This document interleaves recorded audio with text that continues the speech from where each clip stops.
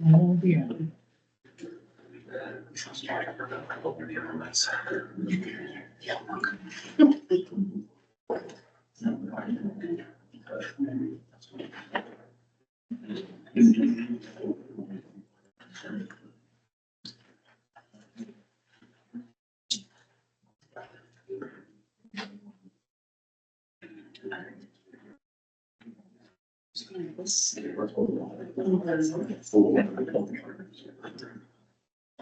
It's not this, but used to always smells. This number. It doesn't function as. She's gonna put it up on the board, I believe, whenever we get a question. That's great. Came from.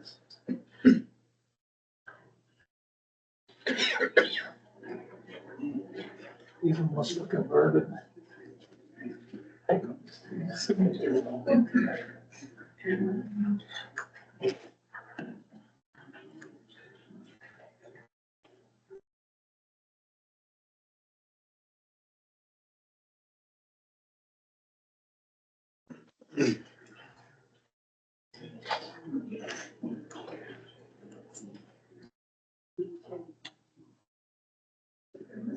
All right, roll Deanna. I think so. Um, 65. I don't know if that's-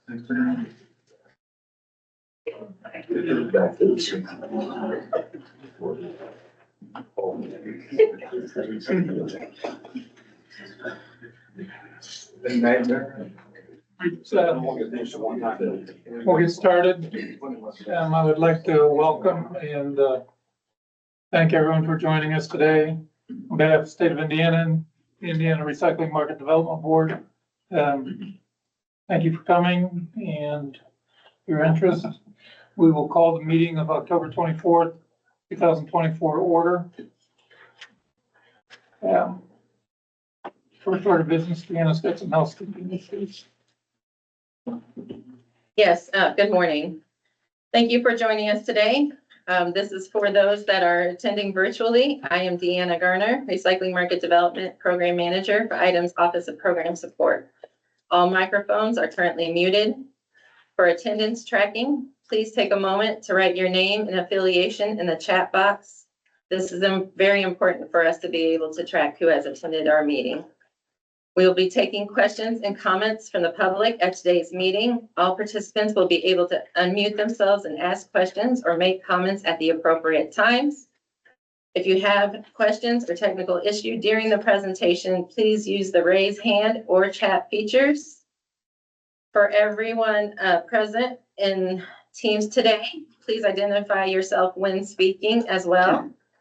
If any members of the media have joined us, please utilize the chat feature or email rmdpgrants@idem.in.gov if you have any questions or would like to schedule an interview. This meeting is being recorded and will be posted on IDEM's website, recycle.in.gov. With that, I will turn the meeting back over to you, Bruce.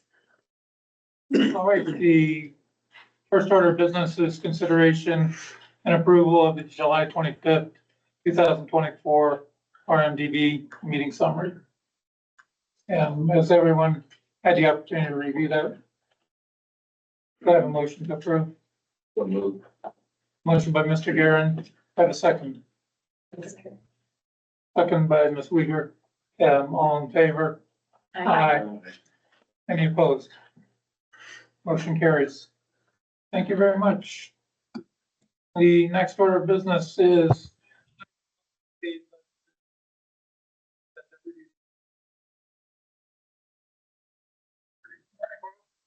I'm going to keep my update pretty brief. I've just got three things I'll mention for everyone's information. Goings on mainly in the OPS program support, our Clean Community Program, as you guys might recall, sort of retooled and relaunched a year ago.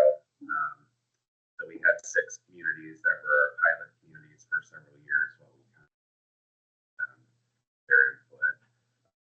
it's now been relaunched, and we have had 4 new communities that have joined that program and signed up to, make a commitment to conducting sustainability projects within their community.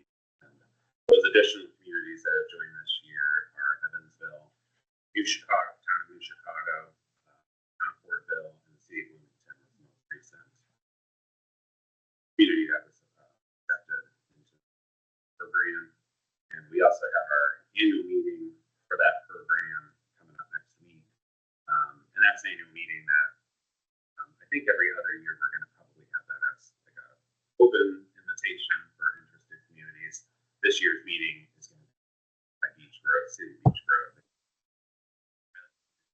program. And so this year's meeting is looking forward to that.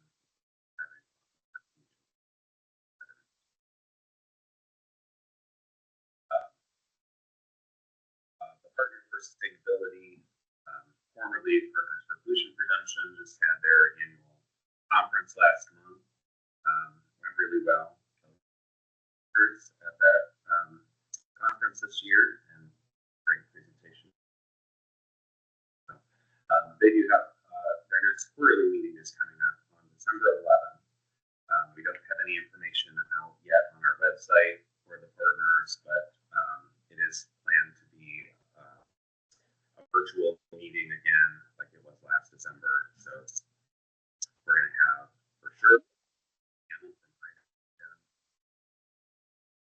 our race chief, Matthew Prager from our drinking water branch, analyst Stu Rohr from our Office of Water Quality, wastewater compliance section chief is our other confirmed speakers on the regulatory panel, and we're working to get 1 or 2 others from IDEM to participate in that. There's going to be several other guest speakers. It's planned to be approximately from like 9 a.m. to 2 p.m. with a break for lunch kind of in the middle there. So more information. So if you're interested in that, you can let me know if you want to, if you're not already on our subscription list for the partners. And then last but not least, IDEM, the state of Indiana as a whole, really, but IDEM's last agencies that's transitioning over to Salesforce Marketing Cloud for all of our subscription lists. So if you're subscribed to any of our lists, there's going to be some notification coming out from our media and communications folks here soon. We're transitioning away from Gov Delivery. The state entered into a new contract to provide those services through Salesforce. And so some of our lists, a lot of our lists may not capture everybody over because our lists on Gov Delivery, because we've been using that for more than a decade, are pretty substantial. And there's not a real easy way, unfortunately, for us to pull all out of the Gov Delivery system because of how you may have subscribed to some of the lists. It's really complicated. I'm not going to go into that rabbit hole, but there will be a notification that goes out before we flip the switch over to Salesforce. So just a little heads up on that. So much. Well, thank you, Carl. I believe next on the agenda would be a status update of the existing grants. Ms. Deanna Garner, RMDP manager. Yes, thanks. For fiscal year 24, our current round of grants, nothing's arisen. Everything is moving forward. I've received most of the progress reports for the first 6 months. And so I'm excited. No unexpected things occurring with those. Fiscal year 23, we had one remaining open one, which was Petoskey Plastics, and they grant expired, and I have received the paperwork to close out that grant. I will say that their operation is running, and they're using the new equipment. It's not running as smoothly as they had hoped and not getting the numbers and results they wanted. So they have purchased another piece that's going to add to that line to make it run a little bit smoother. And agreed, even though the grant has closed out, to do another 6-month report so we can hear the progress of how that's going with the tweaks. And then we still have the one remaining grant from fiscal year 22, the Revive Indiana, that was +5, that expires in January, and that's moving forward as they have reported to us as well. Is there any questions regarding current existing grants? I can go ahead and move on to the next agenda item since that's me too. The Central Indiana Waste Diversion Grant Program, if you guys recall, accepted grants through October, or applications through October 1st. So we did receive 7 applications totaling over $10 million in requested funding. We have, as a reminder, 3.7 million available to award in funding for those projects. And since we have a bigger audience, those projects are for Central Indiana, Marion County, the surrounding donut counties, and private sector entities to divert additional wastes from final disposal. I have updated the Teams channel in your RMDB channel. I don't know all the correct terminology for Teams. But so you should be able to now see those applicants' information in the Excel sheet with the project summaries on it as well. Timeline for that. We're reviewing them now. Our compliance and technical assistance staff is going out and scheduling compliance visits to make sure everything's compliant. And we have, similar to the way we did it the very first round, item staff will have an evaluation form. We're not scoring it, but we'll give a yes, does it meet the criteria, and any comments and suggestions that we see from how we review it. And we will provide those to the board by December 1st. And then the board will be awarding those grants at the first meeting of 2025, which is on our agenda item to determine that date. Yeah. What's the deadline for the board responding to you? Scoring them? So the board does not score these either. We don't have scoring metrics. It's just kind of We make a recommendation. yeah. So that's what I mean. So item will give you guys the recommendations December 1st. And then you will discuss them and award them on the next board meeting. Will there be proposals in front of us on that meeting, Deanna, or will that be open, or how will we work that? As far as let's say Craig someone has a proposal, will they come forward during that meeting, or is that closed off for that part of it? I don't remember. Right, yeah, no, it's still just one of our quarterly public meetings. And we'll invite all the applicants as we always have. And when we discuss the board dates, we may also want to discuss the timing wise, because that meeting 2 years ago went very long. And then we had to have a second meeting. So that's part of my agenda item to discuss how the board wants to manage that day. So other questions about the Central Indiana Waste Diversion Grants? I guess I do remember that we did score those. Yeah, no, we didn't. And I think, so that's what made the meeting go longer, because we didn't go by any kind of, ranking order based on scores. I think did we do alphabetical order, or I don't even know, but we made sure we listened to every applicant. And so that took a lot of time. Yeah. Yeah, it was a little different than our normal thing, but I do remember that we could add comments, edits, but we did not have like a 1 through 10, 1 through 5 on each, so. But I think in our minds, as we kind of looked at it, we might have, so. Yeah. Should we? Is that something? That's kind of in my I think it was mind. kind of, was it Some kind of rubric. I don't know if it was a statute thing that we didn't do it that way or something. I think that, I recall Yeah. something in the statute that had, I don't remember the Except that we- specific language too, but it was based on how it was written in the legislation. I mean, I think that the board has the authority to say, when you're reviewing and awarding them, if you want some kind of rubric. The way that IDEM reviews them is, I used the statute language, and it says that this is established for the purpose of. And so I outline each purpose and say, does it meet it, does it not meet it, and then we provide comments. And then there's a few other requirements that we want to know, is it good waste diversion? Is it, a few other things that I've added into the evaluation. So if the board so wants it, we can probably somehow put a number to those. We could even possibly adapt what we did this year for this round of RMDP, the 0 to 4.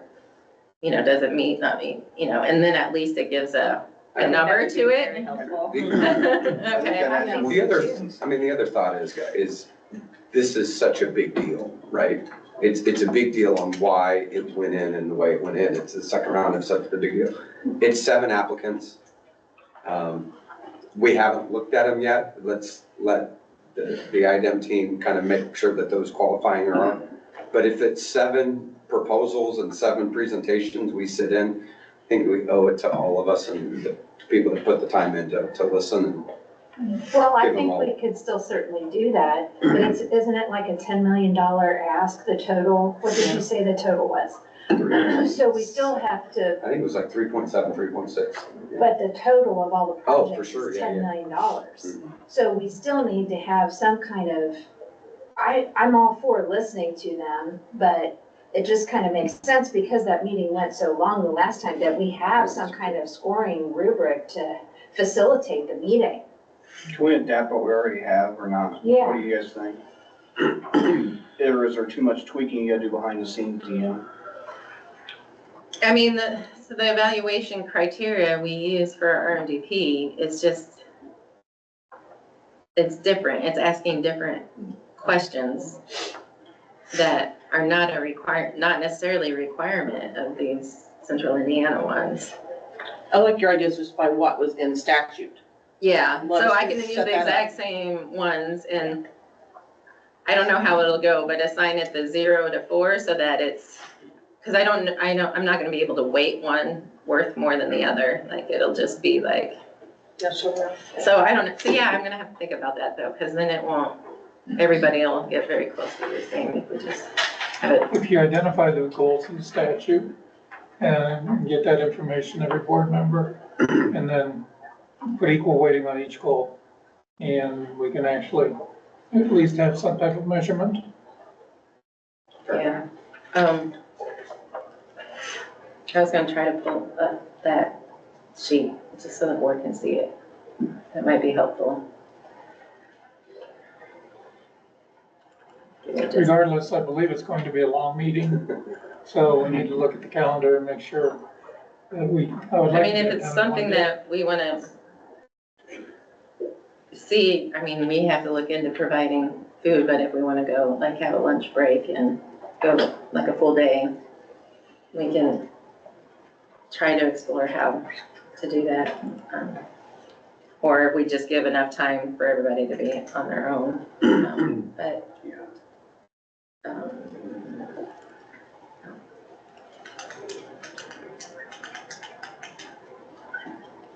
Let's see here.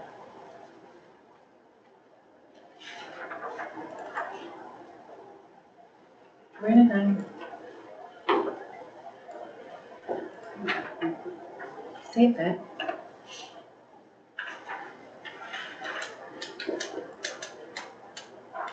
Of course, when I'm looking for something, it disappears.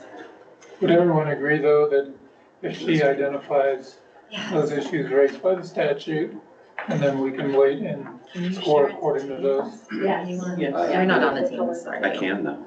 Well, Deanna, if you could just get that out to the board members after the meeting, and there's really no rush to worry about it at this time. Okay, yeah, well, it has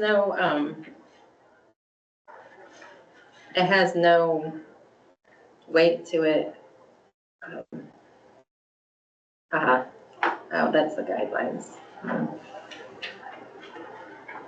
There was a link to it. He sent to us internally.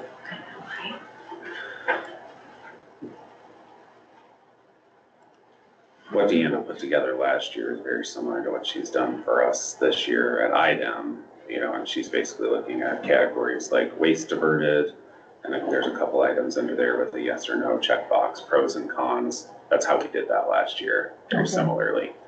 And she's pulling out, you know, the language from the bill, in conformance with the goals and priorities of the Central Indiana Waste Diversion Project.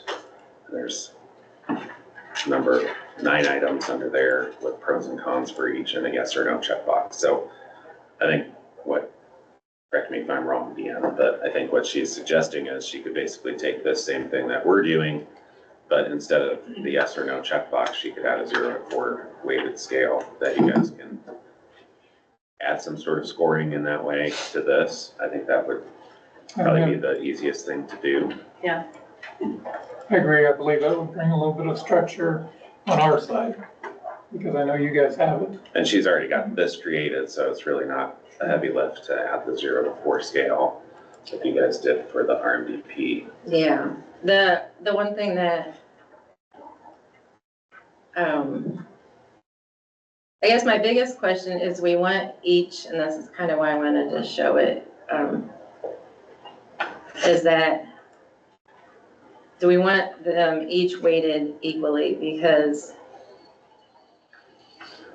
I think that we might end up with a lot of the same scores. Is that what you notice with the IDEM staff? That happens a lot with this? Well, because with RMDP, we don't, you know, like some are weighted 25 points, some are weighted 20, and some are weighted 5 and 15. So that helps like equalize some of that.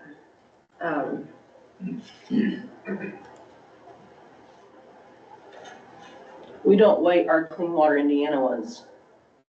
They're like 1 to 5. And we don't weight any of them. Really? And do they work out pretty well? Yes. Okay, Yeah. yeah, so the document isn't where I told you it was. And I don't know how you found it. Is it?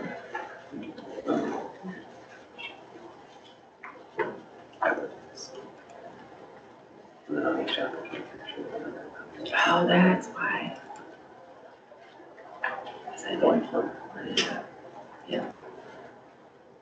Oh my goodness. We're gonna put it into each.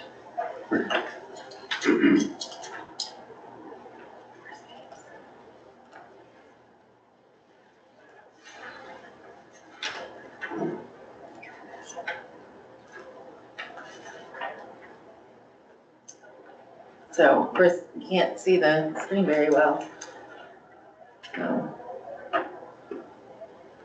But, so the first category we review is waste diverted. So does it increase the amount of recyclable material? And to provide detailed information on the amount of type diverted waste flow and how the waste diversion was calculated. And then, yeah, I have this whole section on conformance with the goals and priorities, which is straight out of the statute. So one thing I noted for this year in particular is some of these goals. The first one, address domestic supply chain disruptions, prevent unnecessary disposal of potentially valuable recyclable material, stimulates economic development. Those would apply to all of them, shows the feasibility of expansion to other areas and future market development, identify Indiana-based end markets. And then there's 2 that were added for the second round of funding that are not requirements, and I made a note of this. They don't have to meet these 2 requirements to still be eligible. Because it says advances research and development to enhance existing waste diversion efforts. So those are for research projects, which actually we did not have any research and project supply. And then supports recycling technology or programs that involve return collection and sorting at professional sports entertainment venues. So example of that technology that they were going for by adding that was the reverse vending machines. And we do have an application with those. When you say that they were added for the second round, does that mean those are listed as eligible or preferable or what? They were just added as goals and priorities. I think the statement says in the statute that the purpose of the recycling or Central Indiana Waste Diversion projects is to, and then it like bullet points all of them. And it's just another one of the bullet points. I do think, thanks for sharing this. I do think that, yeah, just for us swapping out the yes, no for 1 to 4 scale, I think that would be helpful. Okay. Isn't there also a factor, or maybe it was removed from CIW, DEP? Stephen. Good morning, Jen. How are you? I'm good, thanks. How are you? Good. That the proposed project be a pilot study? That was removed as well. Good. Yeah, all that language revolving around pilot. Completely gone. Great. Yes, Fantastic. yes, I think that was made clear that was very confusing for Okay. us. I'm It's hard sorry, to I define apologize what for the not true remembering pilot that. project was. I mean, I think that was big, part of why that meeting went so long was the Yes. discussion around if it was a true pilot or not. So. Okay, thank you for Phew. the clarification. Yes. No more pilots. It's just whether or not it's a good project or not. Yeah. Terry? Moving that, Craig's pilot project, basically, I think we were able to address last round, just like we are addressing the current round that we're dealing with today. The rental restrictions. Yeah, just the value of the project. I believe when we get down to our schedule, I need to think long and hard about the length of the meeting and make sure that we have maybe a little bit extra time on the daily schedule. Next order of business is the recycling program reports. Tom Lees, RMDP Environmental Engineer.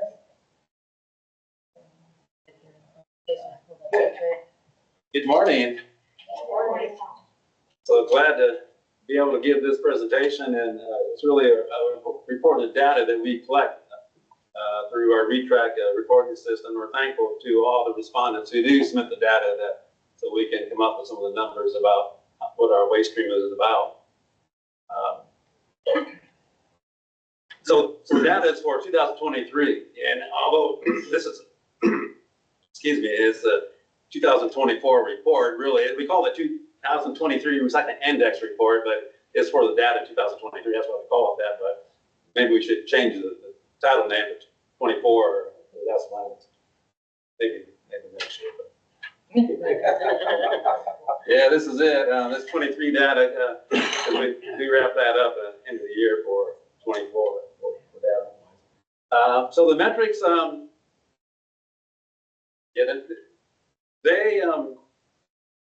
we do have a standardized metric that we look at, and it's recycling rate as well as the per capita MSW generation.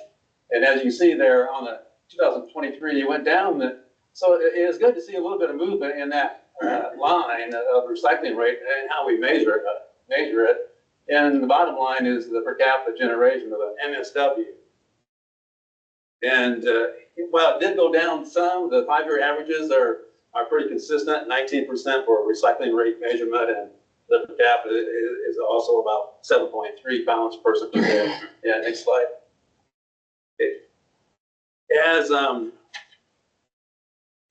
Here, I mean, it's a pretty simple pie diagram. Where does it go and where does it come from type of thought. and it's tons. I mean, this is based on tons, and you see recycling end-use markets, and that's really, when you look at recycling rate measurement, you'll see it's approximately 15% went to recycling end-use markets. You know, as a percentage of the total MSW generation. That's the definition of our recycling rate. Most of it goes to landfills and some energy from waste, and that's not unusual for Indiana. And about half of our waste, of municipal solid waste, comes from the industrial, commercial, and institutional sectors, and the other half approximately from households. You know, that's a general criteria. And yeah, these are tonnages based on Indiana origins, and so it's when the reporting is done, it's for Indiana origins of municipal solid waste. Yeah, next slide. And this is you get an idea of where it comes from. And this is the baseline metric that we use to come up with recycling rate measurements. And of course, most of it goes to landfills. We got 27 in-state landfills that receive material, and some of it goes out of state. You know, approximately 500,000 tons of material goes out of state landfills. Energy from waste is rural facility in Indianapolis. And there you see recyclables, organics, and other recyclables. So commodities are glass, metal, paper, and plastics. Those are what you would typically expect from a household. Well, glass, metal, paper, and plastics. We'll talk more about that in other slides. Organics, wood waste, and composting. We separated that out as a metric to follow. And other recyclables could be, would be like e-waste would be in there, HHW would be in there, textiles may be in there, but it could be emerging waste streams may be in that category. So next slide. And as you look here now, what really stands out about this chart? Let's get back my notes. I mean, you really just can't miss what goes to landfills. I mean, that impacts what goes to recycling rate measurement, because that's the number that goes into the baseline. And so, you know, as long as that number is going to be there, it really impacts our recycling rate measurement like that. And you see some of the other boxes, recyclables, wood waste, and other recycling. That's where most of our programs would make a difference in. So, you know, we're just making a difference in these small boxes. But they all have unique infrastructure requirements. So what goes to landfill has its type of trucks and delivery, as well as as other infrastructure. You know, organics will be different than the commodity recyclables. Okay, and next. And yeah, the boxes tell a story. And here, when you look at commodity type recyclables, glass, metal, paper, and plastics, that's what most people think about of recycling. And so the shipments were 736,883 tons for 23. And you know, it's not the 7 million tons that go to landfill. This is the glass, metal, paper, and plastics, approximately up to 1 million tons per year. But most of it is paper. You know, 73% of those shipments was paper. You know, followed by glass, plastics, and metal was 17%. And some of the single stream gets shipped out of state to MRFs for sorting. That's the number you see there. But typically, you know, the paper cardboard is mostly what we would collect and send out for end-use markets. Yeah, next. So we would like to dive in a little bit closer to single-stream recycling. And so we can track those numbers by looking at the single-stream sorting facilities in the state, as well as single-stream materials that get shipped out of state. That number gets tracked in our refact reporting system. And single stream is typical of what would come from households. And so now you can see tons of that infrastructure specifically. And it went up. So while the overall recycling rate went down for 2023, you see a 12% increase from in-state sorting facilities, shipments output. So that's pretty significant. This chart really embodies a lot of what we do. And you can see the infrastructure we're looking at on 5-year averages, approximately 200,000 tons of in-state sorting and 72,000 tons being shipped out of state sorting. And so we have roughly 300,000 tons of infrastructure that we have for single stream sorting as a state. You compare that to what goes landfills, and that is to be applauded. I mean, 7 million tons is a tremendous effort to move that much material. But as you're looking at single stream, 300,000 tons, and as we grow that part, that's what we're moving from. And so there's potential to go from 300,000 perhaps, towards 1 million tons down the road. But, it takes infrastructure to make that happen. And this is where we're at now. Oh, oops, sorry. I saw you start to go towards. Yeah, the 40% single stream recycling makes up the commodity recyclables. This is another kind of important things that single stream recycling makes up 40% of our commodity shipments. The other 60% comes from source separated type materials, mainly from the industrial, manufacturing, and institutional sectors.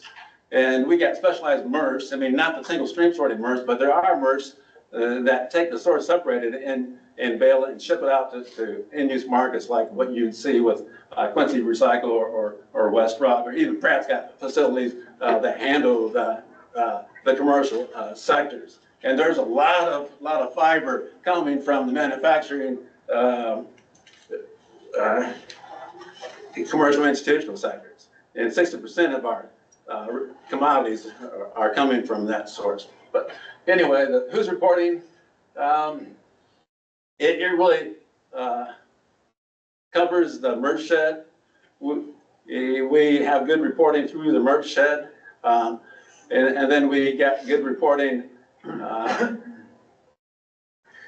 There's a part of the reporting that doesn't get like direct shipments to end-use markets. That's not mandatory to be reported. You would see that from distribution centers.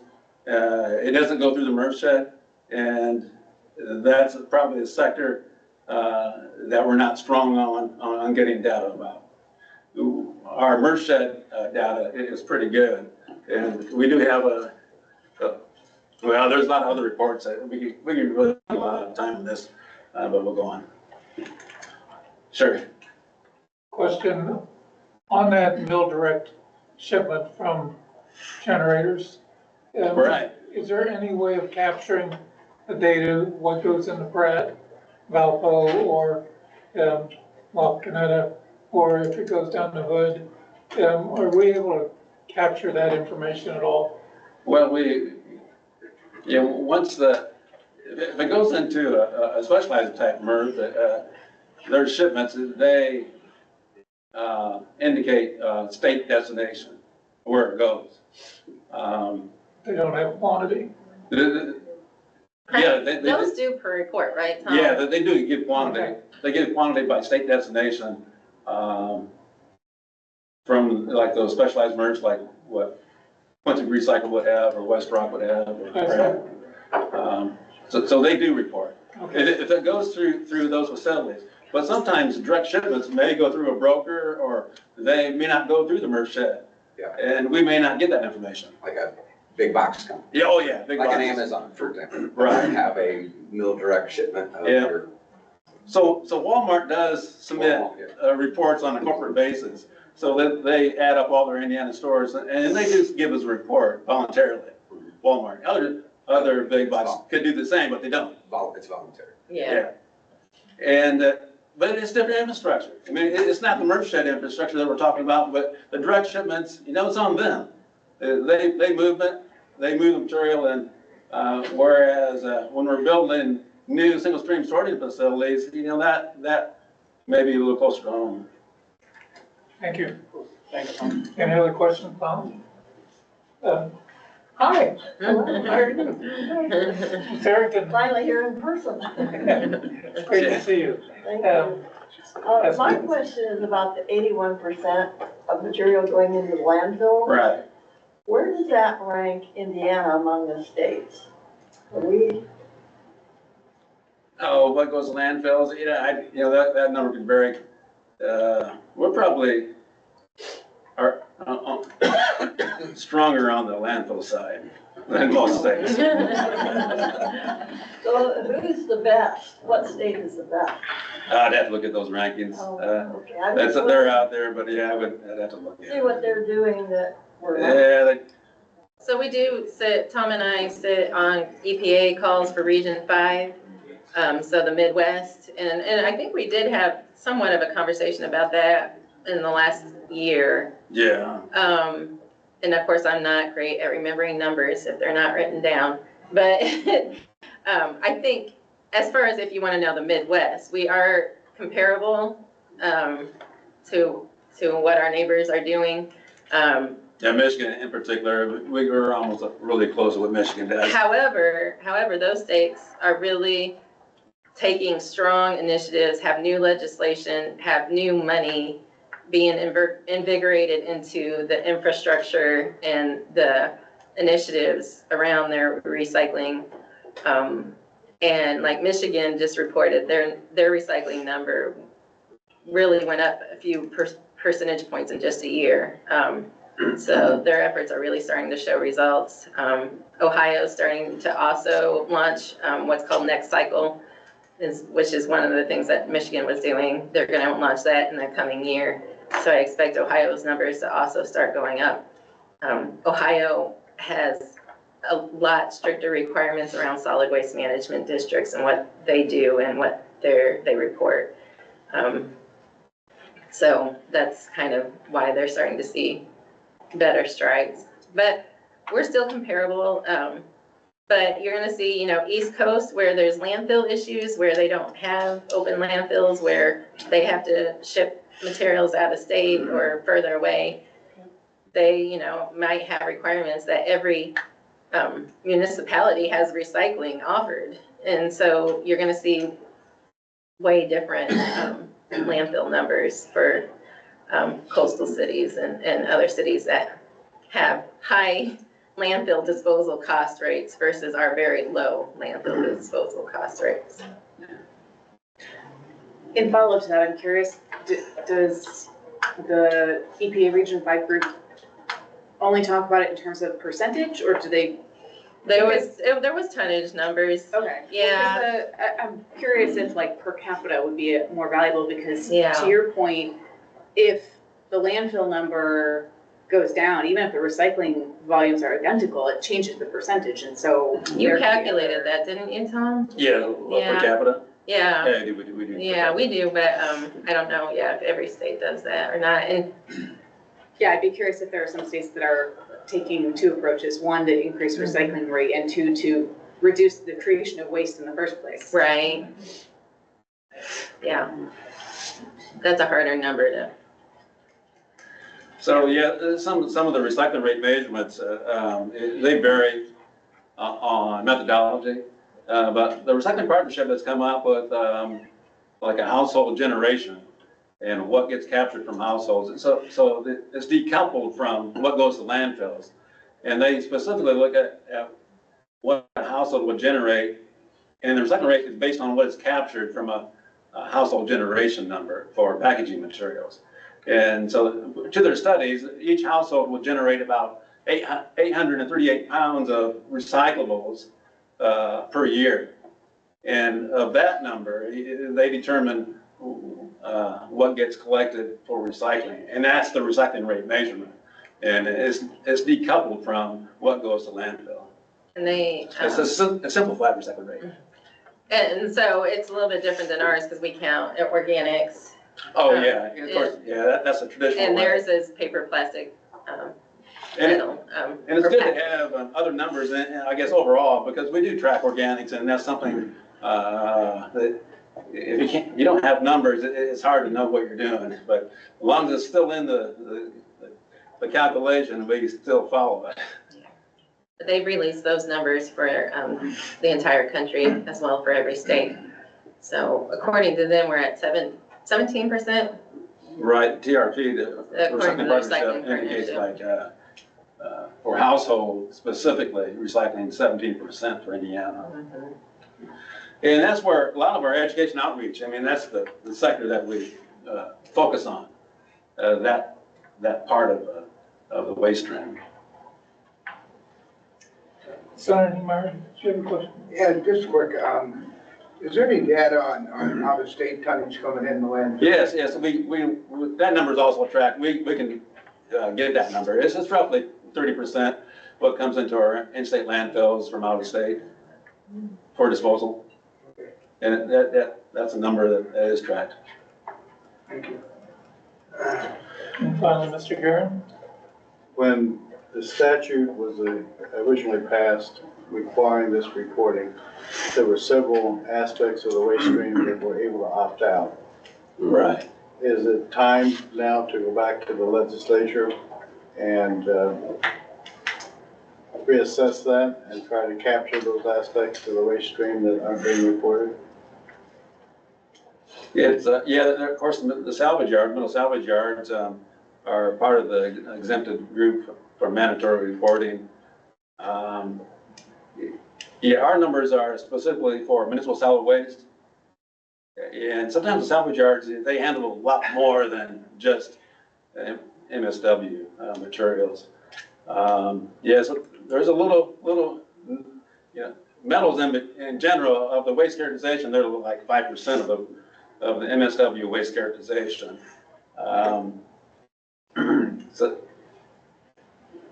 So I think that I mean, that's a tricky question, obviously. Mhm. And it depends on what we're wanting to get out of that number. When that legislation for reporting was put in place, the reason we said we wanted reporting was because it tied to that legislation was a 50% recycling rate goal. So you never know if you're going to reach 50% unless you start having reporting. So that was the first step. And how long ago was that legislation now? How many years of reporting do we have? Well, 2014 is when it first got 2014. implemented and reported. So almost 10 years. Yeah. So I think based on that, we have 10 years of reporting now in progress, an evaluation of, is this, just having the reporting, what, if we still have that 50% recycling goal, what do we need now to continue, get better data, but also move that goal forward? As Tom mentioned, the way we calculate it now, and maybe that's something that's addressed too, even including the calculation of the rate, but it went down this year, and just based on the way we've always calculated it. So Right. And I think that it needs to be a more, not just looking at who's reporting, but it needs to be an overall just examination of the whole process and why we are doing it and what do we want to get out of it. I think we would want to do something that's consistent with our adjoining states Yes. so that we can get a regional number. And so Get here's some a- comfort. And here's a side note. So we'll talk more about this at, a meeting when we don't have so much on our agenda. Mhm. But we do have a big balance in the recycling market development funds that we don't get allotted for grants. Mhm. And so we did the economic impact study a few years back, but it may be time for the board to look at how to use some of those funds, request an appropriation and maybe do some of that initial research, assessment of what the other states are doing. And some of that will also be done with our SWIFR funds, the EPA, Solid Waste Infrastructure for Recycling, gave us approximately $500,000, and we're doing a state materials management plan. So when we do that state materials management plan, we're also going to get a lot more information on our infrastructure, and there's going to be some goals set forth in there as well, and that I think those baselines and other things can be established by learning what the other states around us are doing as well. And that'll be a big like public input, stakeholder involvement throughout that whole process of creating that plan. I was at WasteCon this last week, and we spent all morning Tuesday morning trying to decide who was number one. And Maine claims they're number one, but there's three methods to feed. EPA has a method, SWANA, the Solid Waste Association of North America, has a method, okay? And then the Recycling Partnership has a method, and they're none the same. So we need to either come up with a national policy on how we're gonna calculate diversion, or we're not gonna worry about anybody else but ourselves and look at our numbers and just try to improve our numbers and not worry about what Illinois or Michigan or Maine's doing. Just look at our numbers and try to improve our numbers on our scale. Tom, I got a kind of comment question. In the industry of the landfill side, I know we've got Rumpke here, South Side, and Mr. Guerin, and I know we got our partners at WM that's sitting in, so welcome. A simple thing that we could do is, and I think we've said this before, on that landfill side, on that landfill tonnage number, we have a separate line for waste to energy, and that's just the material that goes to real one. But what is not stated in the landfill side is the landfills that have a waste to energy facility. Renewable natural gas. So we're taking that methane that's being generated, cleaning up and putting it right back into the grid. Could we segregate some of that total tons and say, hey, did you know? Yeah. And this is kind of back to your point, is that this is what's happening in the state of Indiana. Right. We could say is make a line of that 7 million tons. This is what's that's coming, get back to renewable energy, or you make a subline of that and say, you know, I think all those landfills that we know those, or they're accredited, or they're line item, and say, here's of that 7 million, this is what's going back into our grid. This is what's going back into renewable natural gas. This is what's going back into our energy lines. Yeah. I think it would be better helping that story of, hey, state of Indiana, we're not as. Oh, really? Yeah. Landfills, are a specialized infrastructure for that segment, and the materials management. And of course, the Pierce recyclists, I mean, they see a big difference there, what goes landfill versus for final disposal versus what goes into recycling and end-use markets. But materials management doesn't have that distinction. And so landfills as a whole are very well run, and methane capture is very important and going into energy use. Just real quickly, unless I'm misunderstanding how the numbers are reported, we see a huge landfill number, but there's only 24 commercial businesses that report their recycling. There's 76 solid waste districts that report it. So that totally, to me, skews the recycling number. I think that we would see a much bigger diversion rate if commercial businesses were required to report. If, the MRF shed is what drives the recycling. And so everything funnels in through a MRF shed, and that gets reported. And there's a lot of businesses that support the MRF shed. Solid waste management districts do 100,000 tons per year of material that supports the MRF shed. And the MRFs report that output. So you're saying that the businesses that what their recycling is being captured? Oh, yeah. If it goes to the MRF shed, it's being captured. Okay. What doesn't get captured is the direct. Unless they direct ship. Unless they direct ship, but a lot of them will, yeah. Then it doesn't go to the MRF shed. Right. Yeah. But that's a lot of tonnage. That, I mean, those are, you're talking tractor trailer loads, right? You're talking 40,000 Yeah, pounds. from the commercial sector and from businesses, manufacturing. I'd be interested to see that, you know, if we can collect that data. It would be interesting to see how it would change the diversion rate. And, yeah, there's some tons there, and, you know, how far do you go? And are businesses willing to submit, and to enforce everyone that needs to submit that data? Because everybody's got to collect it and send it. And it gets overwhelming, and it's outside of the merge shed. And, you know, if it's handled through brokers, that infrastructure is on them. I think that also though addresses like, again, my question of like, who are you wanting to see recycle? What is the goals of these numbers that we're getting? Because are you wanting to see residential recycling increase, or are you just looking for waste diversion from landfills? Well, I mean, Two different angles, two different amounts of data that you collect. The total of the landfill data, that's everybody.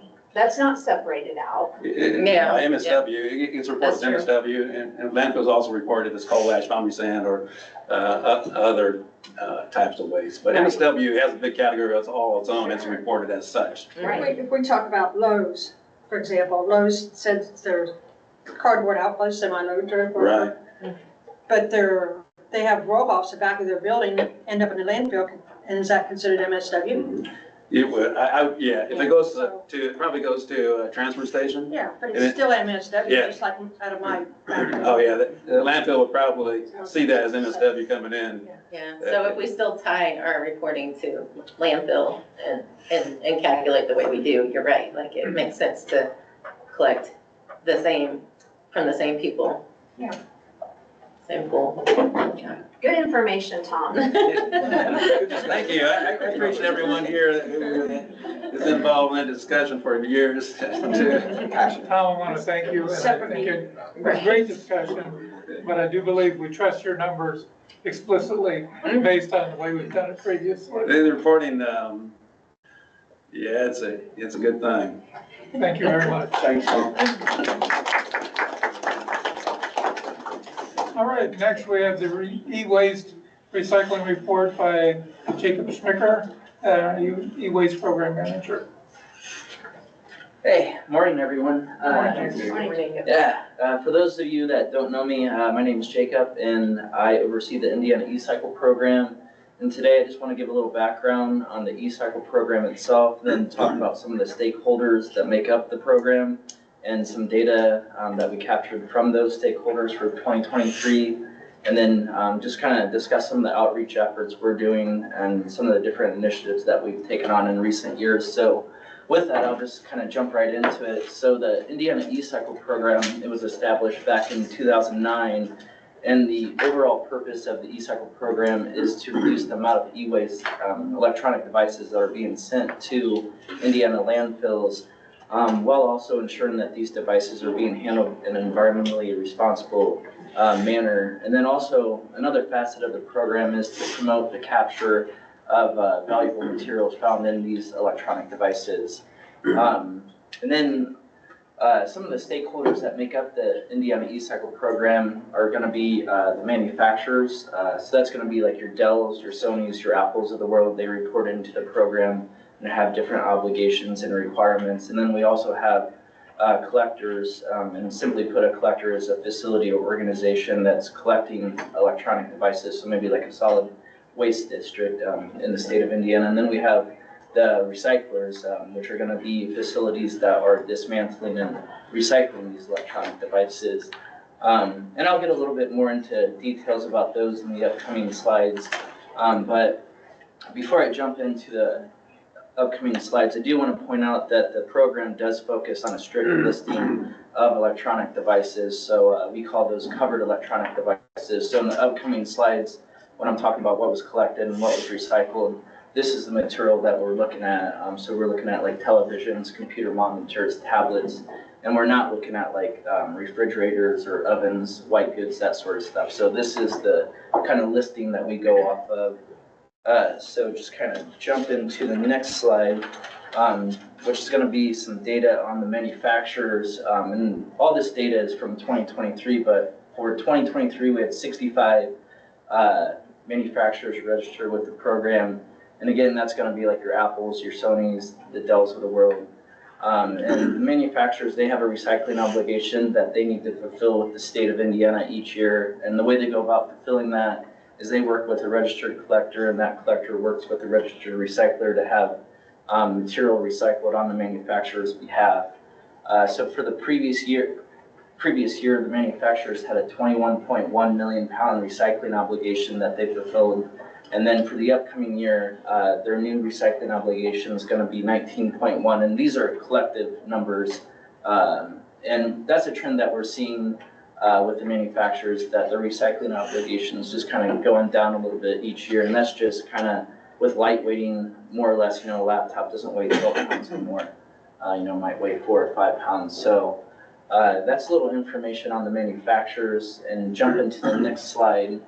We'll talk about the collectors. So we had 84 collectors register with the Indiana E-Cycle program for 2023.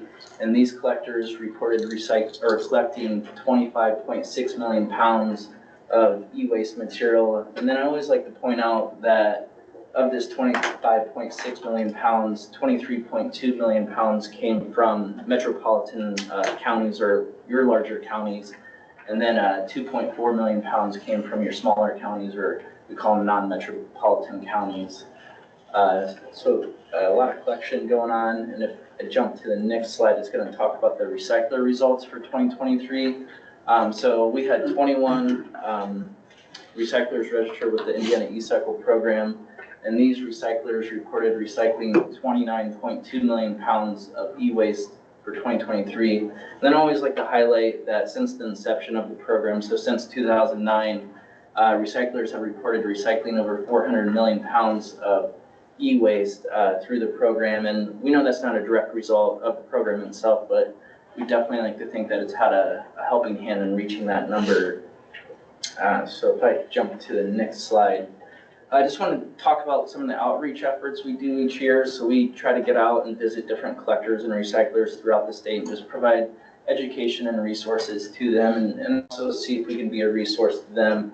We attend e-waste collection events and just different outreach events that might kind of focus more on recycling. And then we also host several different collection events each year through the program. We always do an annual e-waste collection event at the government center, and we've even gotten into some different communities, which I'll touch on a little bit later. And then we do retailer outreach, just trying to talk to the different retailers, so like the Targets, Walmarts, Best Buys, about the e-waste laws requirements and how it involves them. And then we do compliance initiatives. We try to get out into the different counties in Indiana if we hear about a facility that might be collecting electronics or recycling them, just to get them into compliance with the law in the state. So jumping to the next slide. So I do want to highlight something we've done recently. The program in the state itself, we realized that there's a growing amount of e-waste out there. Everything's kind of going to an electronic format. And then we also recognized that there was an increasing cost to get rid of this material. So we recognized there was a need. So what we did a few years back is we launched what we called a e-waste collection project, and we looked at different criteria because we were looking to host e-waste collection events in different counties throughout the state. And we kind of looked at different criteria, just kind of collection access and how easy residents could recycle their e-waste. And we also looked at some kind of social economic information, so maybe like MHI, medium household income, to identify a county that we wanted to host these events in. And with that, we ended up hosting our first collection event, if I go to the next slide here, down in Seymour, Indiana, Jackson County. We hosted an e-waste collection event. This was the first one we took on, and we had various partners. We partnered with Technology Recyclers, which is right over here on the east side of the state. They're a large collector recycler of electronics, and we also partnered with Cummins. We actually hosted it at their engine plant there, at a large parking lot there, and we also partnered with the Jackson County Solid Waste Management District for this event.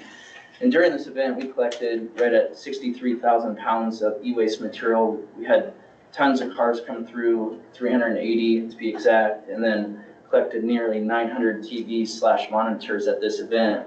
And so this was a very well-received and very successful event. As you can see, we're collecting about 63,000 pounds. And mind you, this was only a 3-hour event from 9 a.m. to 12 p.m., so collecting over 20,000 pounds per hour. So a very well-received and a very successful event in our eyes, but we definitely learned things from an event like this. We learned things with traffic flow, how to make it flow better and so forth, and also the importance of having staff on hand, adequate staff to be able to handle so much material. And with that, and with the success of this event, we decided to do another event. If I go to the next slide, over on the west side of the state, in Sullivan County, which is right below Terre Haute, Indiana. We did a very similar event. We partnered with ERI for this event, which they're located over in Plainfield. They're, again, a large collector recycler of electronics. We also partnered with the Sullivan County School Corporation. You can kind of see in the picture that we hosted it at the school, which was a great place to host such an event. Had a huge parking lot, so we were able to contain traffic and so forth very well. We also partnered with the Sullivan County Solid Waste Management District. And again, this was a very well-received, very appreciated event from the community, and we collected over 42,000 pounds of e-waste that day, and 264 cars came in and collected about 872 TVs and monitors that day. So just another really great event and successful event that we did with all the partners and with the program. And with that, we just are going to keep doing these events. And if I go to the next slide, we just hosted a couple weeks ago another e-waste collection event about 2.5 hours north of here, up in Stark County, Indiana, which is Knox, Indiana. And again, we partnered with ERI, the school corporation up there in the solid waste district there, also Secure Shred as well. And we were able to collect about 35,000 pounds at that event, and had tons of cars come through and collected 489 TVs and monitors. So that's just kind of a program that we've started in recent years, and just wanted to highlight that that we've kind of been getting out into the communities and providing this event to residents, and it's been very appreciated and very successful in our eyes. So with that, that's kind of everything I have. So yeah, I'm happy to take any questions. Yeah, I have a question. When you do these sites, it's not bound to that area. If somebody comes in from another county in that area, like Sullivan County, if they're adjoining county. Right. Yes, we're not checking like IDs or looking at And license you're not plates, charging, so. these are all free for people to bring their stuff in and drop it off, and wow. Yeah. I mean, we Jacob, don't you want to really speak to how advertise. we're able to fund these events? Yeah. It's funded through the e-cycle program. So manufacturers, so like your Apples, your Dells, your Sonys, they pay fees. Yeah, Lake County's done a couple with, through their recycling or through their solid waste board district. Right, so it's a little different funding source than like the counties. Almost every county tries to do some if they have a solid waste management district that's active. But they have to use their own funds, which of course every county solid waste district is funded differently. So some counties have a drop-off point for some of this stuff, but they're bigger counties where they can drop their stuff off. So we've been able to identify that there's counties that are struggling, to provide the services or the funds for it. And that's one of the criteria Jacob looks at when he determines where IDEM is gonna partner and do one of these collection sites to help. Yeah. Yeah. Any other questions? Jacob, how are you handling batteries, i.e. particularly lithium batteries? Do you promote those to bring those in these e-waste programs, or? Yeah, so ERI, they've gotten grants through the state for different battery collection mechanisms and so forth. So yeah, we accept batteries at these events, and it's something that we get a lot of, and we have a separate drum for those, and so we collect batteries at these events. Do you see more and more, or is it hard to kind of? Yeah, they're definitely, everything's a weed eater, lawnmower, everything's on a battery these days, so, yeah, we're seeing more of them. Craig, yes, we are seeing influx. Very good, sir. Thank you very much. Come on. Yeah, I got a question back there. Are we ever gonna see E6 become a part of E-Waste? And can you, if you guys are in the audience, if you can just say your name. Jason Denetti, Superintendent of Sanitation and Recycling at the Muncie Sanitary District.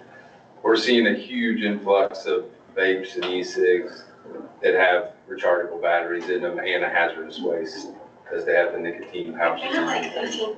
So, I mean, even community cleanups, we're finding them in ditches, and they're these large containers. So we're concerned about fires. Everyone's throwing them in the trash.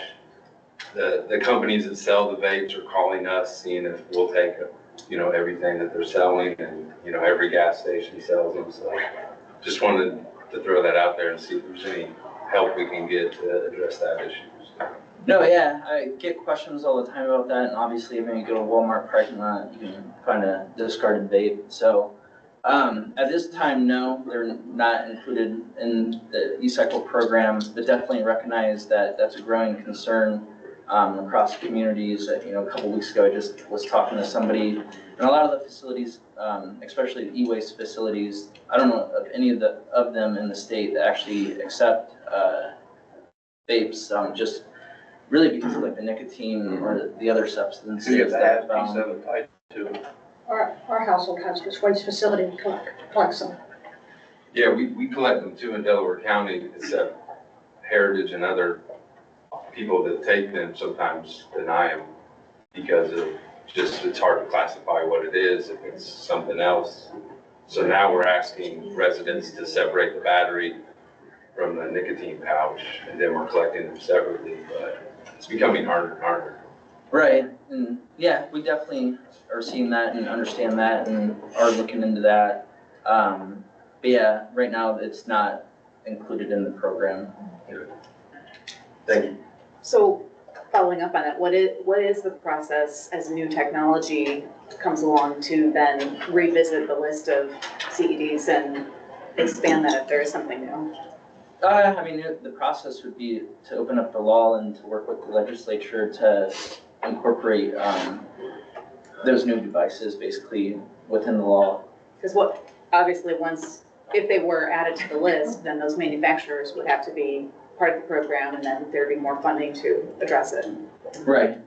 It would be opening the law and working with the legislature to make legislative updates to the law would be the process. Any other questions? Well, Jacob, thank you very much. Well, Very thank you. informative. Yeah. And I think we may have touched on bigger issues there. Yeah, definitely recognize it, so. All right, cool, thank you. Now, we will need to take a vote to approve the submittal, correct, of these reports to IDEM or to the legislature. Yes. So I'll make a motion to approve. we have a motion by Mr. Lutz, I'll second. second by Mr. Gratz. Any discussion? All in favor? Aye. Aye. Opposed? Hearing none, motion carries unanimously. Thank you very much, Tom and Jacob. All right. You want to talk about the schedule now, Deanna?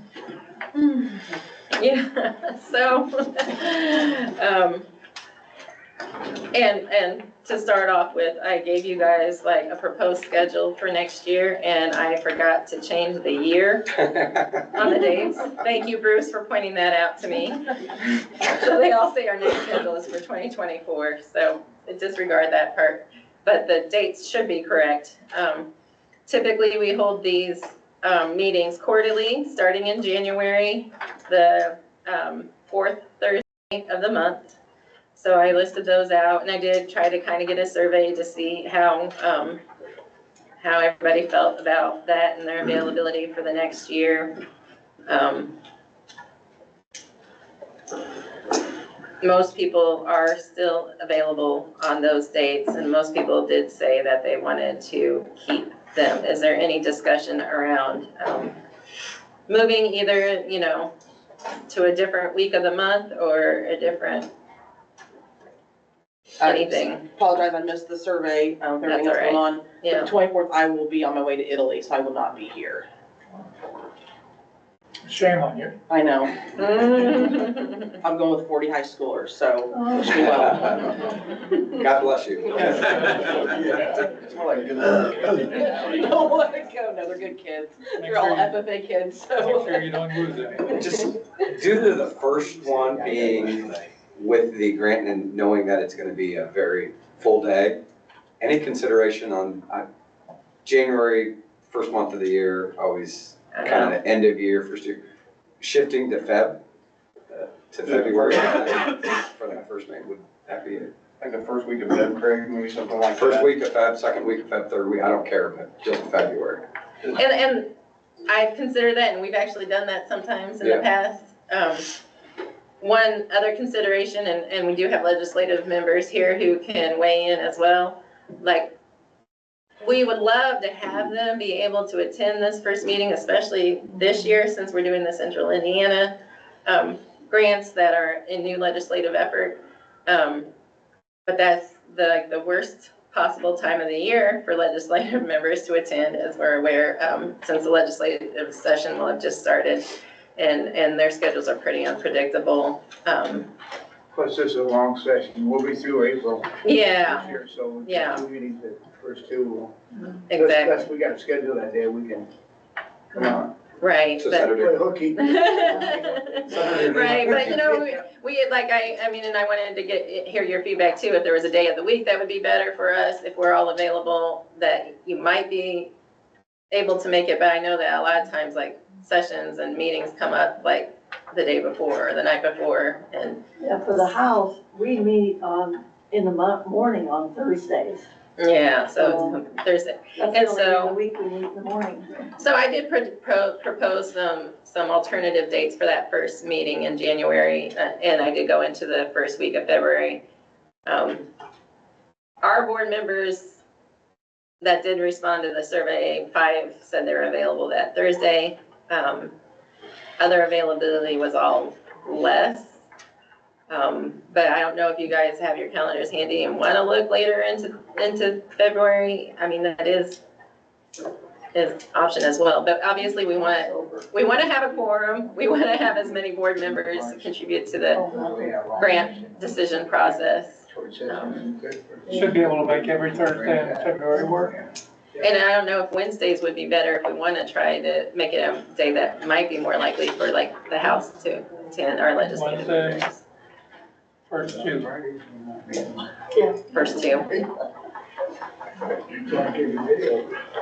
I mean, I'll clear my calendar for whatever it is. So whatever suits the board, I'll make work.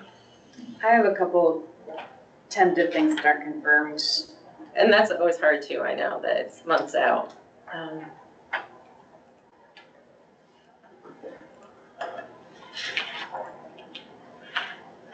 If I'm looking at the month. I'm looking at the month of February. I think one of the dates I proposed was February 5th, and only one confirmed availability that day, so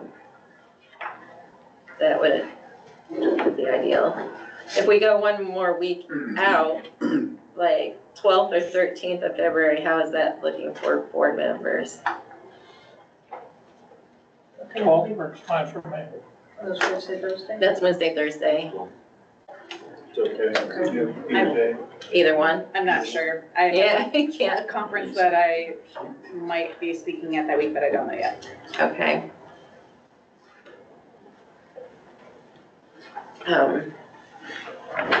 Well, and does it influence your decision if, like, are we gonna plan out that whole day for this meeting? I imagine we'll need to, right? And hope that it doesn't go all day, right?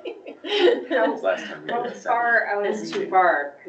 Because I'm also thinking, for those that are driving in winter, later, February might be better, if the third week of February works.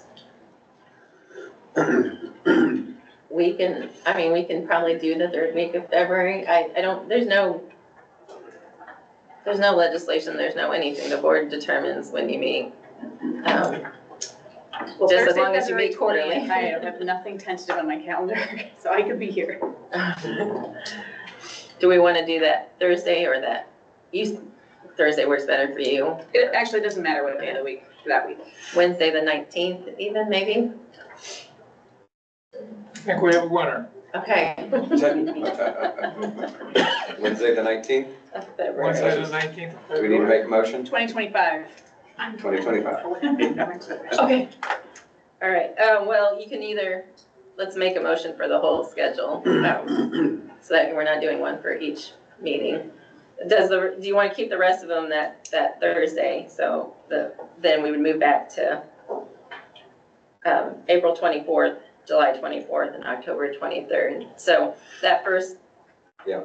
the first, the April is obviously a little bit closer to the previous meeting, but it shouldn't be. Yeah, that's fine, right?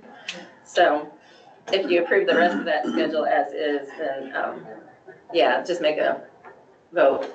So do I have a motion to approve the next quarterly meetings of February 19th, April 24th, July 24th, and October 23rd of 2025? I'll make that motion. Motion by Ms. Uyghur, do I have a second? Second. Second by Mr. Guerin. Any discussion? Hearing none, all in favor? Aye. Aye. Opposed? Hearing none, motion carries unanimously. Thank you, Deanna. Thank you.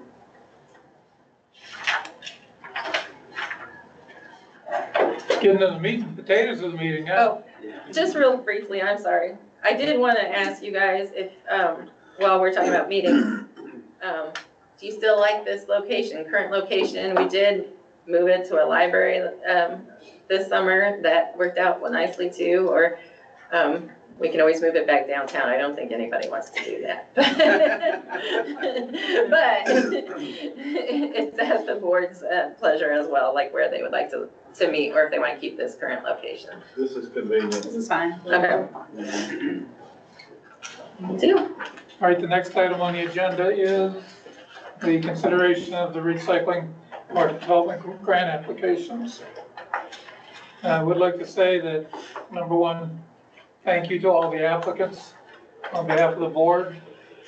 We had some nice applications this year, and we had a total of award monies of $2 million. And we had 3.9 million, I believe, in that range of applications that qualified. So it goes without saying, not everyone's getting a trophy today.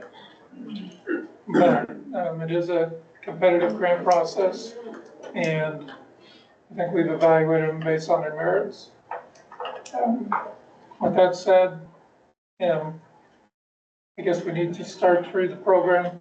You may be called to give a brief presentation of your program or answer questions. If so, please state your name, affiliation, obviously, and we can move on from there. Do we want to just make sure we know who's the recusals? Go through that. Thank you. No. I hope everyone has all of their recusals in to legal. Mr. Guerin, you're recused from Ball State, Clearline, ERI, Muncie Sanitary District, and Purdue. Mr. Lutz, ERI, Frankfurt Plastics, Purdue University, and WM. Mr. Noonan, ERI, and WM. Myself, Richmond Sanitary District, and Smith Creek, and Ms. Hackman, Richmond Sanitary District. Are there any others? All right, hearing none. Did you mention Clearline? I did. Electronics recycling? ERI and Clearline, yes. Any questions? All right, thank you. With that said, we can, how would the board like to proceed? It's up to the board's pleasure how we proceed. Normally we look at our scoring matrix and the results, and we kind of start with the top score and work our way down. And then when the money's done, the money's lost.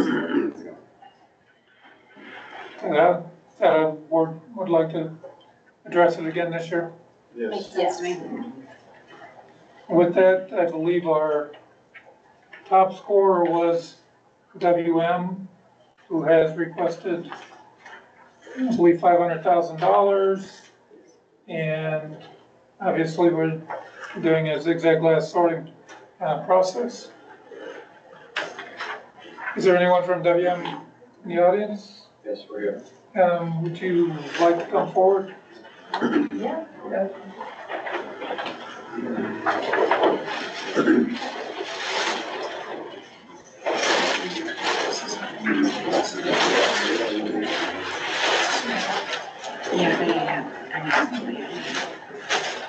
This was good.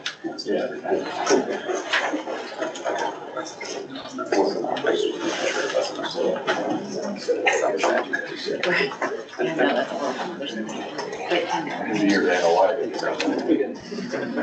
there you go. You're better than an easel. Very welcome. Thank you. Thank you, thank you. Well, good morning, everybody. I'm George Brown, I'm with WM. Also want to introduce my colleagues Ezekiel Weirden and Portia Bailey Bernard. We're part of the leadership team for the Great Lakes area for WM, which encompasses Indiana, Michigan, and Ohio. And we're really excited and thankful for this opportunity and consideration for this market development grant and the opportunities that really fold into the discussion you heard earlier of driving and increasing those recycle numbers in the state and the opportunities to recover more materials and be part of Indiana's circular manufacturing economy. And that's reflective of our application to the board. We are seeking grant funding to install equipment to improve the recovery of glass and help produce quality material for end markets and manufacturers in Indiana while improving efficiency and expanding upon the existing capacity and capabilities of the current recycling operations in the state. We have submitted a request of $500,000 to cover a portion of the project equipment costs for the installation of glass recovery equipment at our new state-of-the-art Indy MRF. You'll see that the poster board that Zeke has here, this is an example from our Cleveland recycling facility that we brought online, a $20 million investment last year of the conveyors and the glass cyclone. So that's reflective of the type of equipment that we've made the request for here today. That equipment does include transfer conveyors, an air knife glass cleaning system, vacuum and screening system to reduce contamination, and that cyclone to finish the mixed cullet for off-site shipment. The costs include shipping, assembly, and installation of the equipment, and we are providing a dollar-for-dollar match of $500,000 to directly support this. We feel this project fits the goals of the board to help Indiana reach its goals and its recycling rates. And again, you saw some of those numbers earlier, and our complete investment of this new project will help continue to drive and meet those goals and drive the upgrades to our Indy MRF. All of these investments are based on market demands and research that we've done. As I mentioned, we've recently opened facilities in Cleveland where we're looking at other markets, but we know there's a need in Indianapolis, central Indiana, and across the state. And that's why we've been making our upgrades and looking to rebuild our current legacy MRF on Stoutfield Road. That was a site that we acquired as part of our Raise acquisition. It's dated, it has dated technologies, and this summer we've actually begun our full rebuild of that facility. And with the support of this board, we'll be able to include that glass recovery system as part of that rebuild that we're doing with our new state-of-the-art Indy MRF. So this glass recovery system is a key part to meeting the demands of consumers and businesses across Indiana and to recycle more glass in central Indiana and across the state. We do see a larger demand and need for cleaner glass material for end users. That's demonstrated by the letters of support that we also included in our application from the Indiana Manufacturers Association, the Indiana Chamber of Commerce, and some end manufacturing users as well. So we're thankful for that, and I'll let Z quickly talk about the specifics of the equipment. Yeah. Thank you.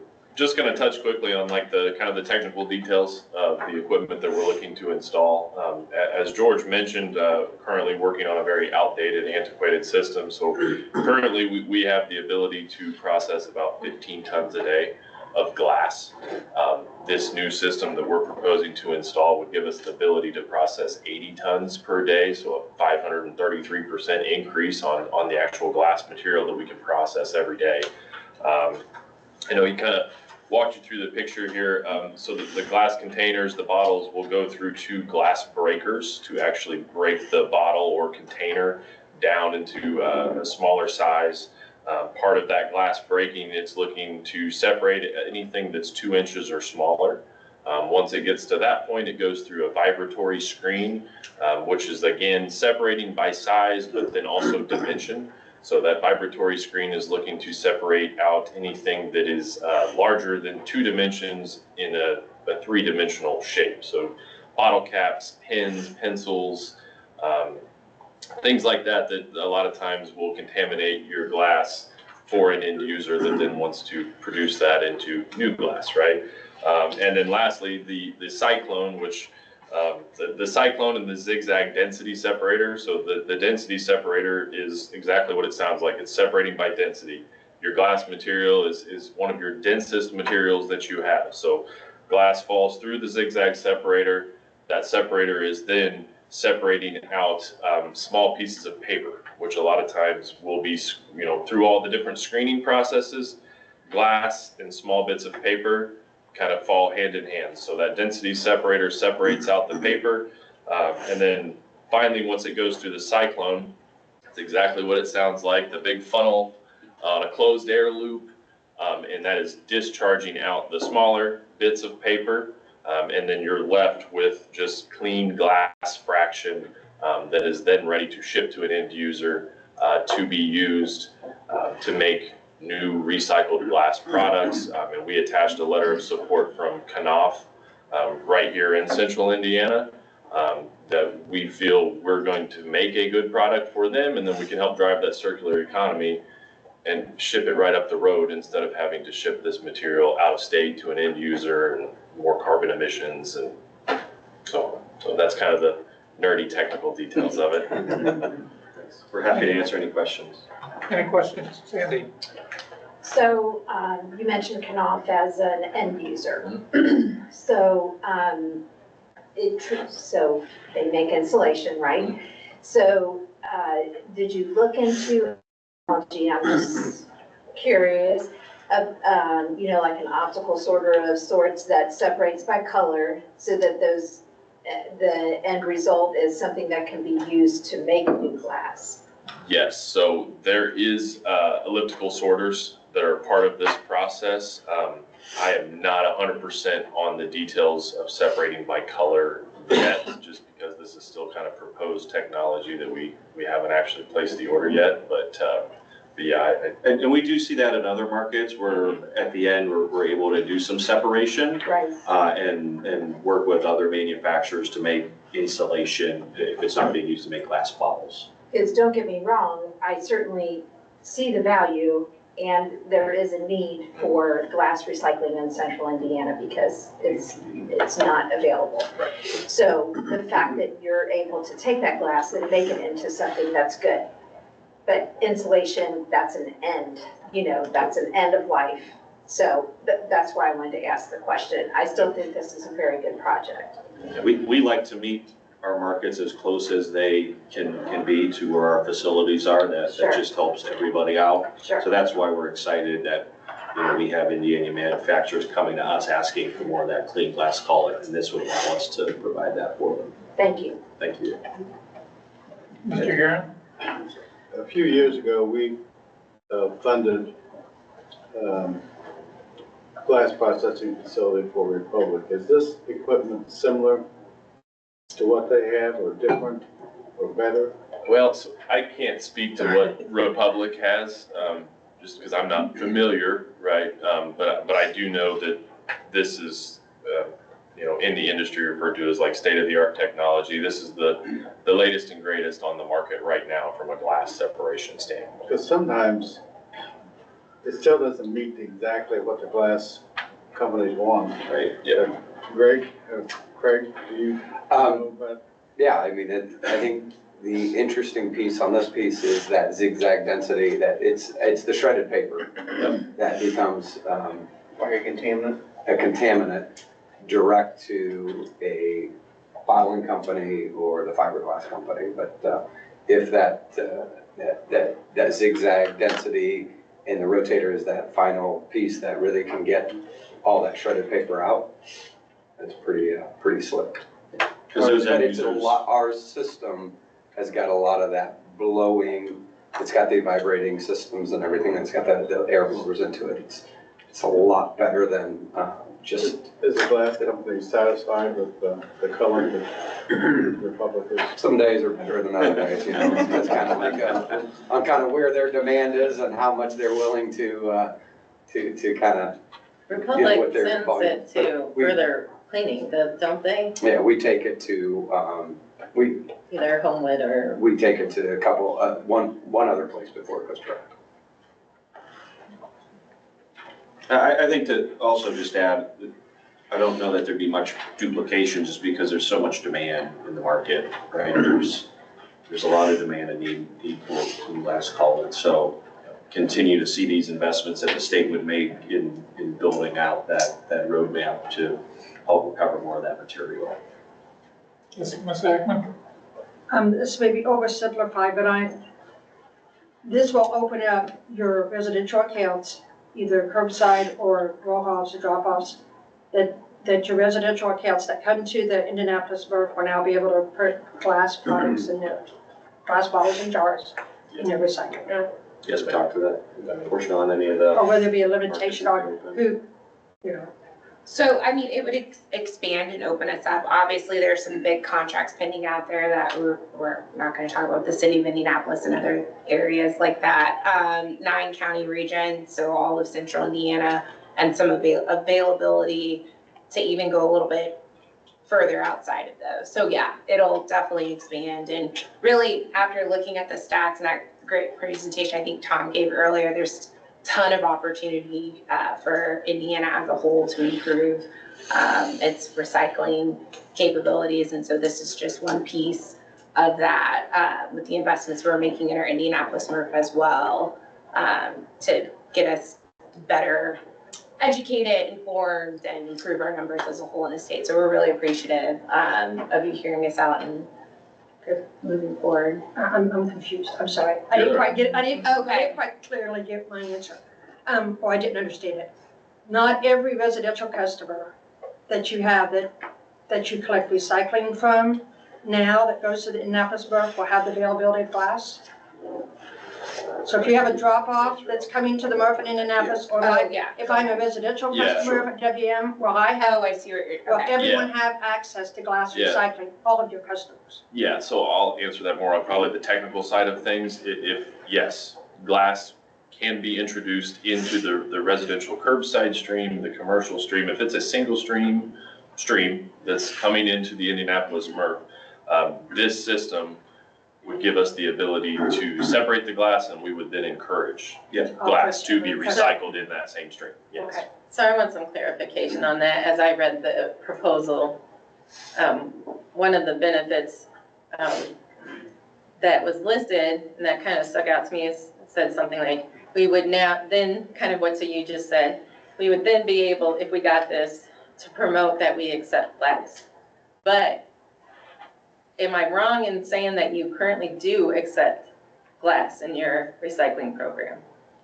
On a limited basis, just based on the restrictions we've had with the legacy facility, we've been able to accept some, but this would allow us to expand that.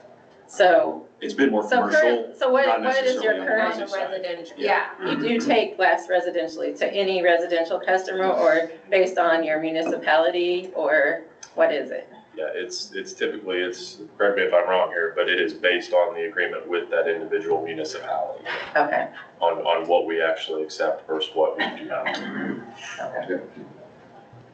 And we faced, it sounds like some of the same issues that Craig faces with having to then send it to somebody to clean it up before it can get to the end user, which again, just adds to the carbon footprint. And that's part of the reason, we want this density separator so that we just can go straight to the end user with the cullet. May I ask what the total investment is that WM's making in Indy?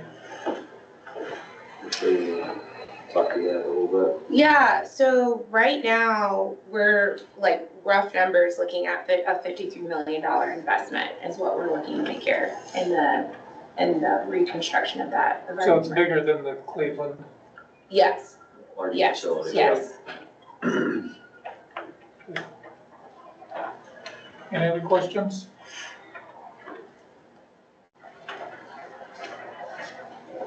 All right. Well, Thanks for thank your you very much. consideration. Thank you for your Appreciate time. that. Thank you. Good job, Vanna White, on the picture. Oh, thank you. Appreciate it. Not available for hire though, okay?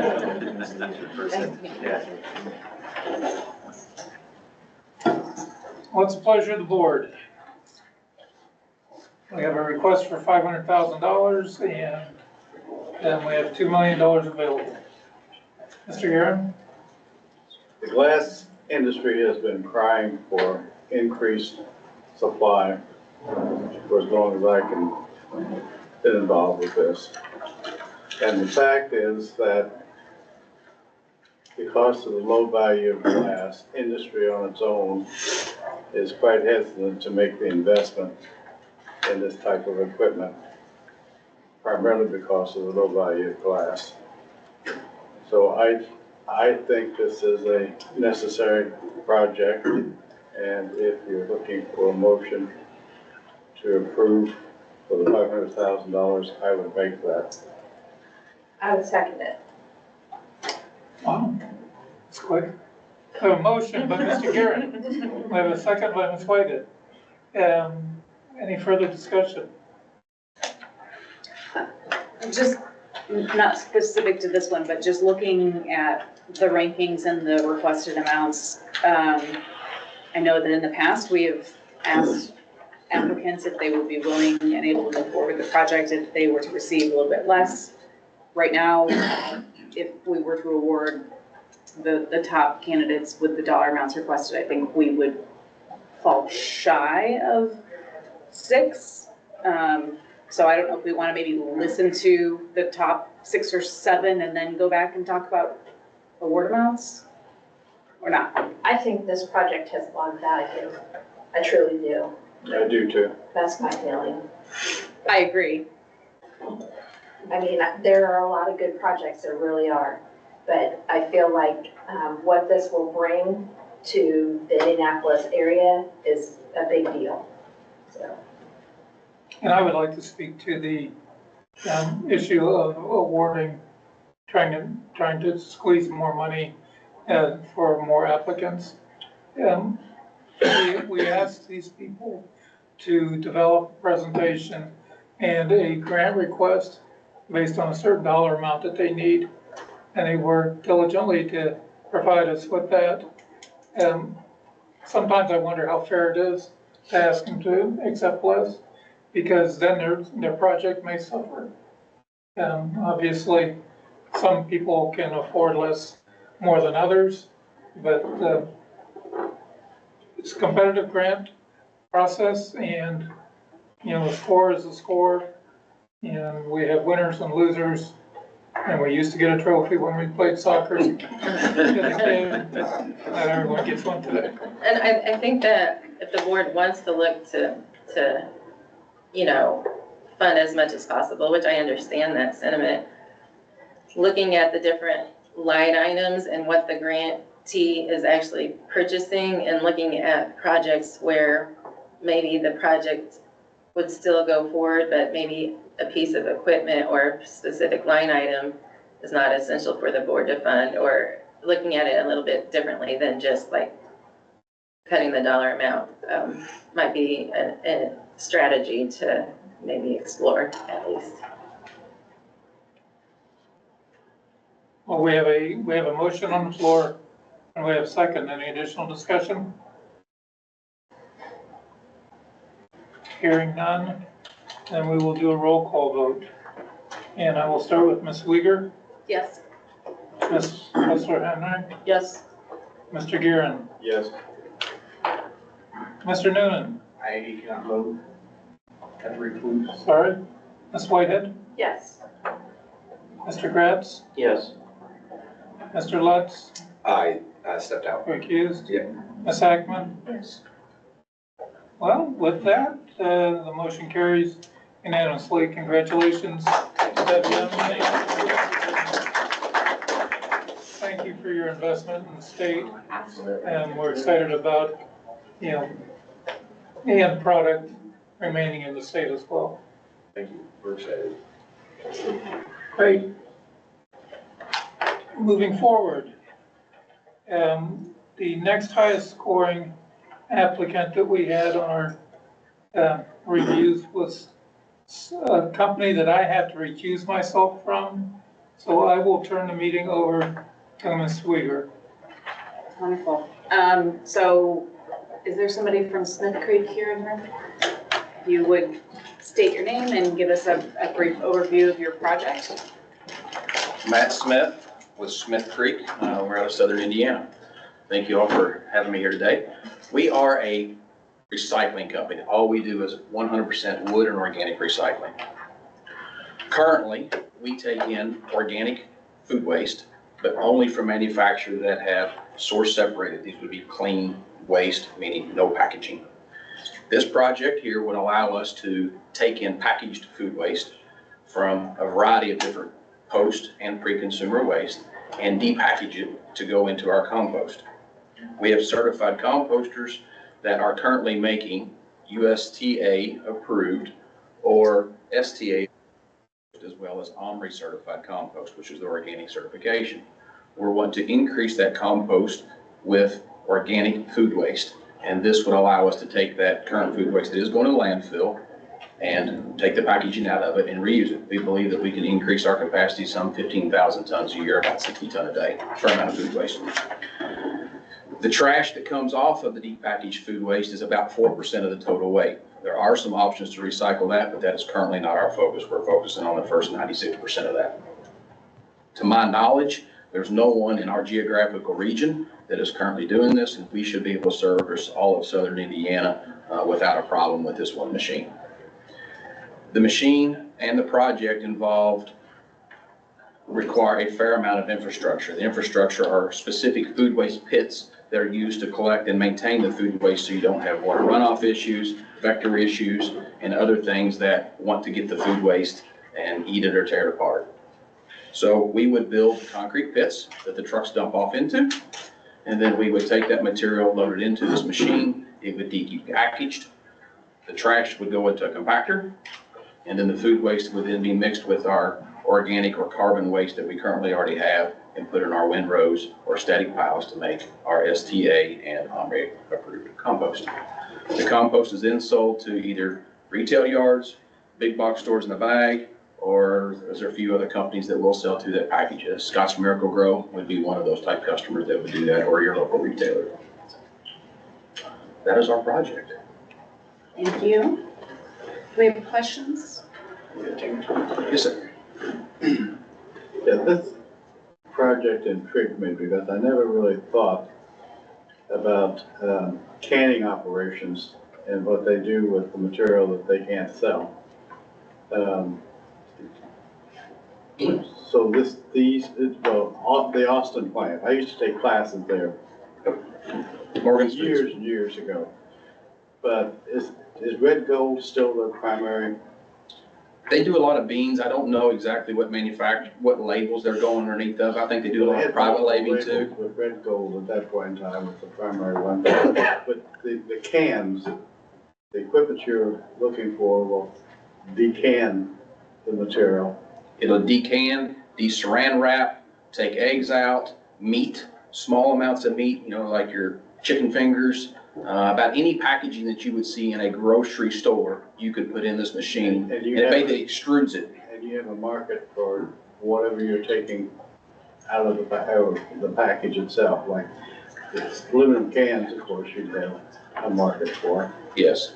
The cellophane and the styrofoam currently no. That is the 4% waste, roughly 3.5, that would be set off, and it could go maybe to Covanta or something like that. Maybe ultimately the MRFs will get good enough to take that, but there's food waste mixed with it, so it's a little hairy to recycle that. Cans, yes, no problem.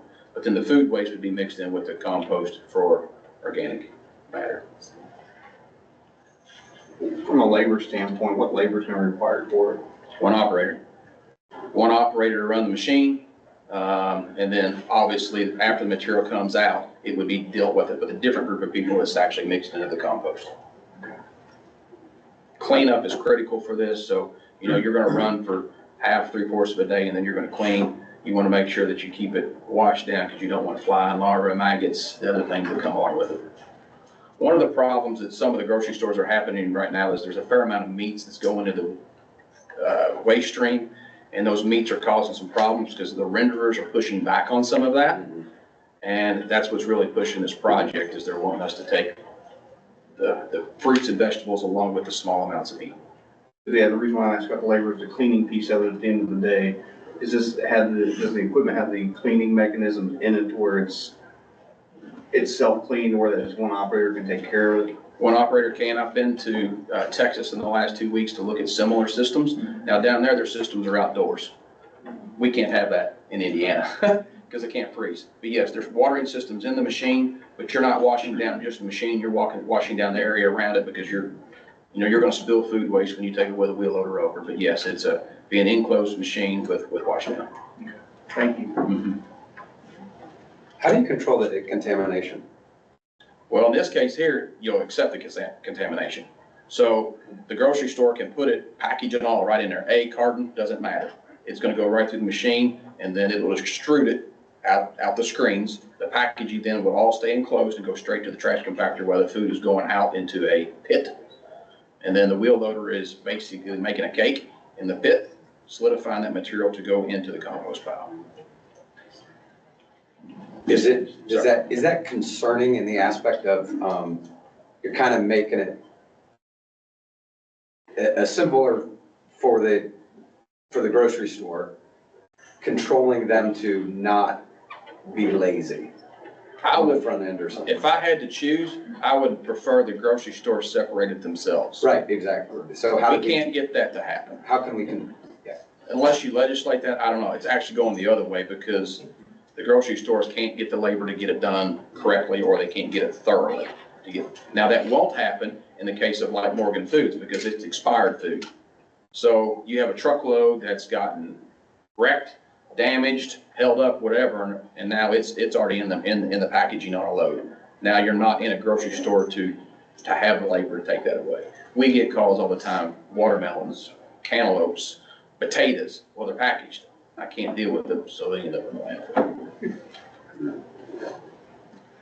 Yes, ma'am. We've always thought of compost as being fruits and vegetables. You're talking about meats, bones.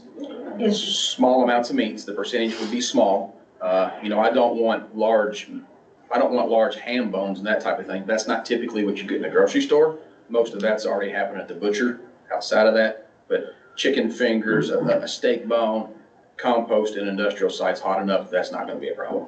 So what we're thinking of what might come from a grocery store, Walmart, if they see you can take it, there's nothing there that you'll say, no, don't bring us that. Mm-hmm. We're even taking their plants.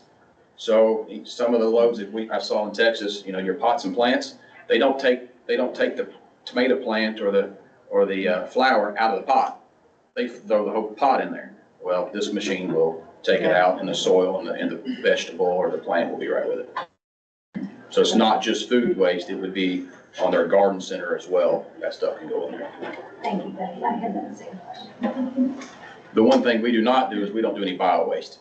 So you're not taking anything from the restroom or anything like that. We do not do any bio waste. Our customers don't want to deal with that. That's a totally different animal. Yes, sir. Tipping fee? Yes, there is a tipping fee. you would be out of business day one if you didn't have a tipping fee. It is more expensive for the grocery store by far to recycle the food waste than it would be to take it to the landfill. Say that again. It is much more expensive to pay to have the food depackaged than it would be just to put in the landfill. Okay.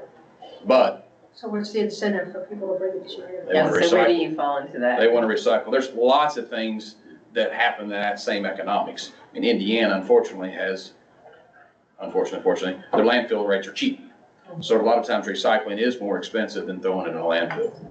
You have to choose to do that. But a lot of the corporations now have a zero landfill goal that by 2035, they want to meet that. You know, Walmart, Sam's, those guys, they're doing it now. I mean, we take Walmart waste in now, but it's source separated. Walmart is moving to not source separated because they can't get it separated and their meat vendor does not take up the meat anymore. So they have to put it with the fruits and vegetables. So these items can be compactors to you? No, they can be. Typically not. If you're going to go to a large grocery store, let's use Walmart as an example, you're going to have a 4-yard steel container or a plastic container out behind the store, and it's going to say organics on it. They're dumping it in, and then someone is going with a specialized truck that's sealed up, and they're dumping that into a truck, and they're going to, 10 or 15 different Walmart stores or other grocery stores, collecting that to bring it to us. Okay, so the container is sealed. Yes. The big chain. Yes. If you didn't, you would have lots of problems in behind your grocery store. We also work with a company that collects from restaurants that will go around, or Cummins engine plants, one of them. We'll have containers in Cummins engine plants at their cafeterias. Things can go into there, bring us, we'll run it through this machine and take out anything that someone did not mean to put in the trash can, the ketchup packet, the plastic fork, whatever it was, or a takeout container.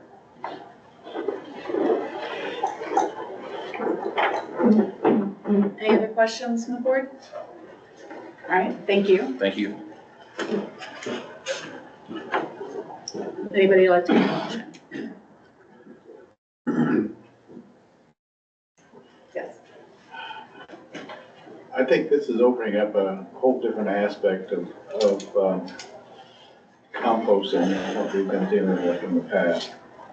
Primarily because of the approach of being able to handle canned goods. And I think it's something that we ought to seriously consider funding. I would agree. I found it to be a project, and I think it starts to bring together recycling and organics and but yeah, it sounds like it's good for this. I'll make a motion to approve this project. I'll second that motion. Okay, wonderful. And we'll go ahead and do a vote. Tara? Yes. Terry? Yes. Andrew? Yes. Sandy? Yes. Matt? Yes. Craig? Yes. Debbie? Yes. And Deidre Cruz, and I'm also a yes. So it carries. Congratulations.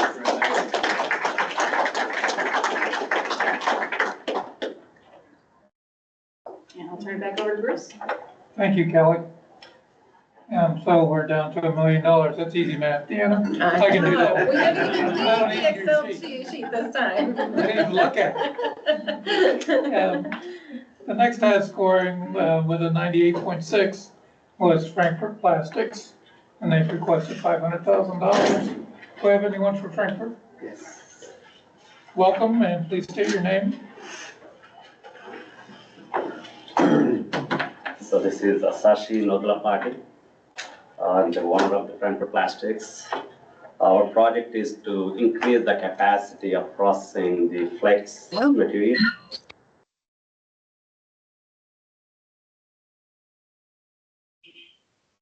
We're asking for $500,000 to install a desifying line and also a current separation system.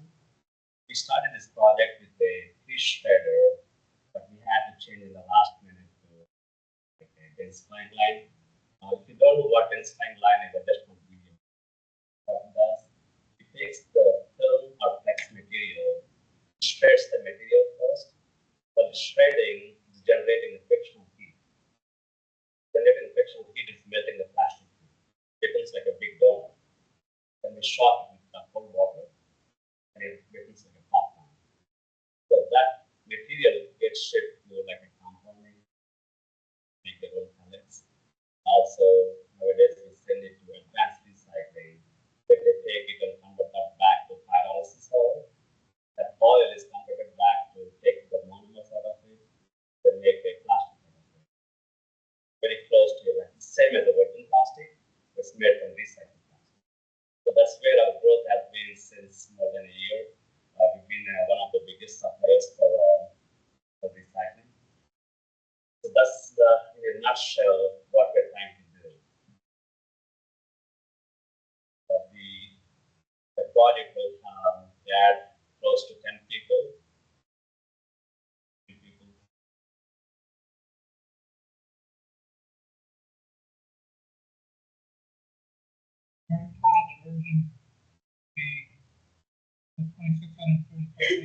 Yes.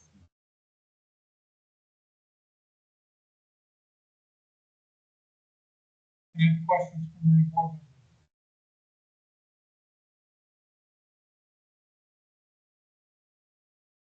Please.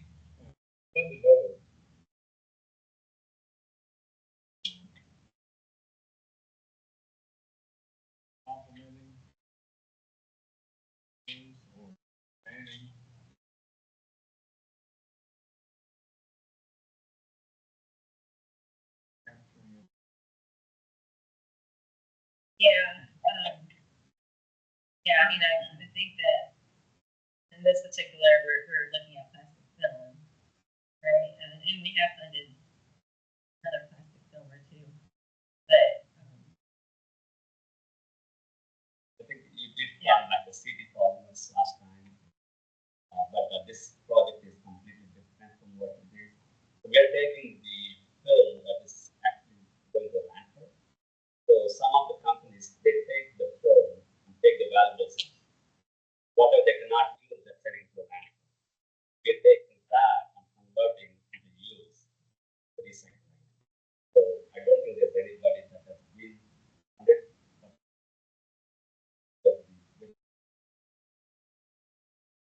They are getting the lower grade films. That's what's needed. And we are also working on the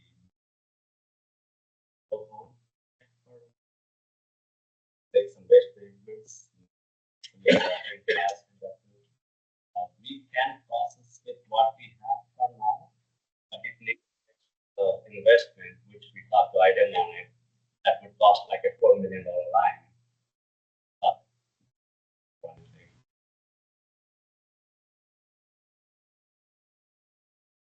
Any questions?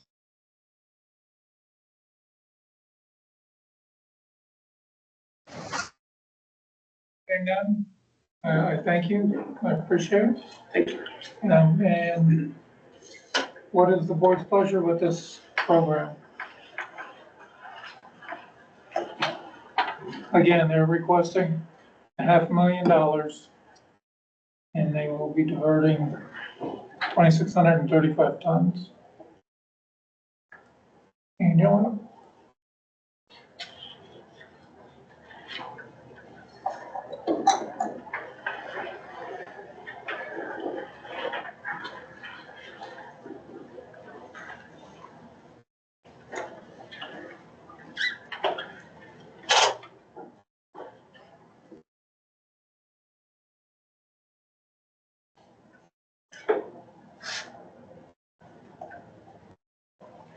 Can we table and come back to them, Bruce? How can we do that with all us kind of scratching our heads here a little bit? Just move on.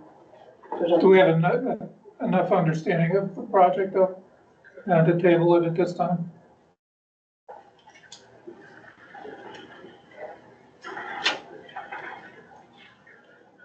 I guess we have a motion to table, so I'll just take that as a motion to table on your behalf. Okay, Thank Andrew?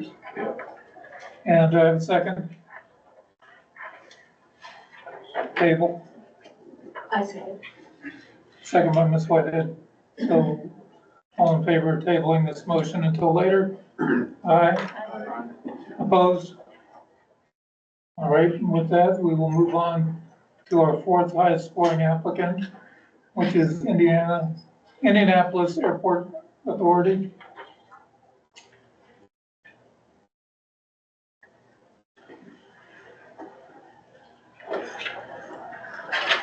Welcome, take your time, take your time. I don't want you to slip and fall. Thank you. I'm Maria Mickelson. I am the manager of sustainability and resilience for the Airport Authority. You may have seen me up here 2 years ago, was it? Representing the city of Indianapolis, so I'm no longer in that role. I'm joined online by Todd Cavender, our director of the Environmental and Sustainability Department, as well as Taylor. I believe Taylor was pretty involved in writing our application. Todd his wife had a medical procedure yesterday, and so he's at the hospital with his wife. He apologizes, he could not be here today, but he is listening in and will add any additional context. Since I'm only about a month into this role, there might be some gaps in my knowledge here. But so for the application, we are seeking funding. The total amount we're asking for is $312,415 for a total project cost of $639,083 something. The Airport Authority is putting up a 51% cash match, and this funding would go towards the purchasing of 180 dual bin containers, receptacles for trash and recycling, completing the rest of the airport campus. So right now, the airport has inconsistent receptacles throughout our terminals and across the campus because they're just, 10, 15 years old and they've been added to as necessary. This results in sometimes a trash bin being 10, 15 steps away from a recycling bin. And we all know that you have to make it convenient, provide excellent customer service to get our highest recycling rates. And so it's often a challenge to ensure that they're together. You may also have seen dual bins across the terminals. Those dual bins are the ones that are 15 plus years old. They're actually 3. This is like before the single stream recycling where they wanted you to separate newspaper from your plastic and whatnot.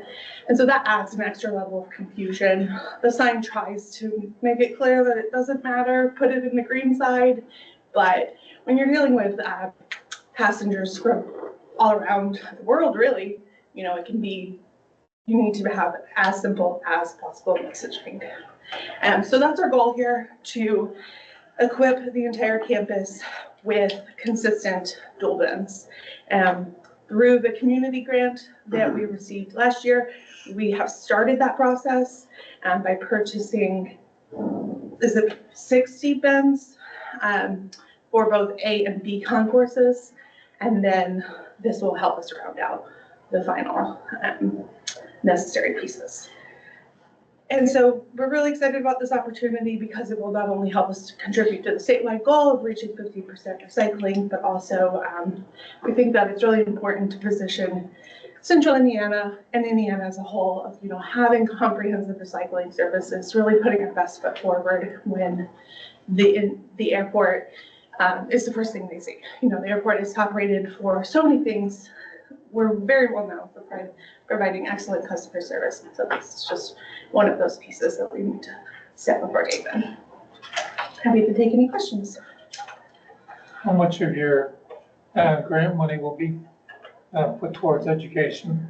So, yep, if you could pull that up.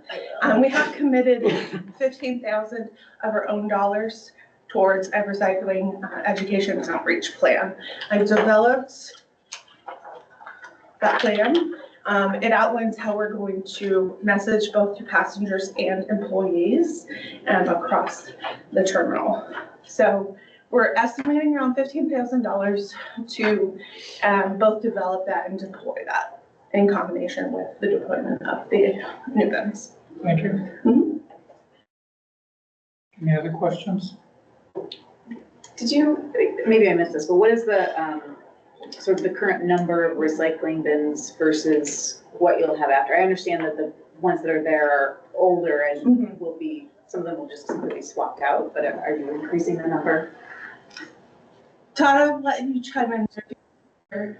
Yeah, so we are, I would say we are increasing the number because we do have some bins that do not have recycling, and this way we will be consistently across the campus about 240 bins. We're probably sitting about 50 to 60% because there's some of our bins that are external through the campus, parking garage, thermal service, curbs that do not have an accompanying recycling capability.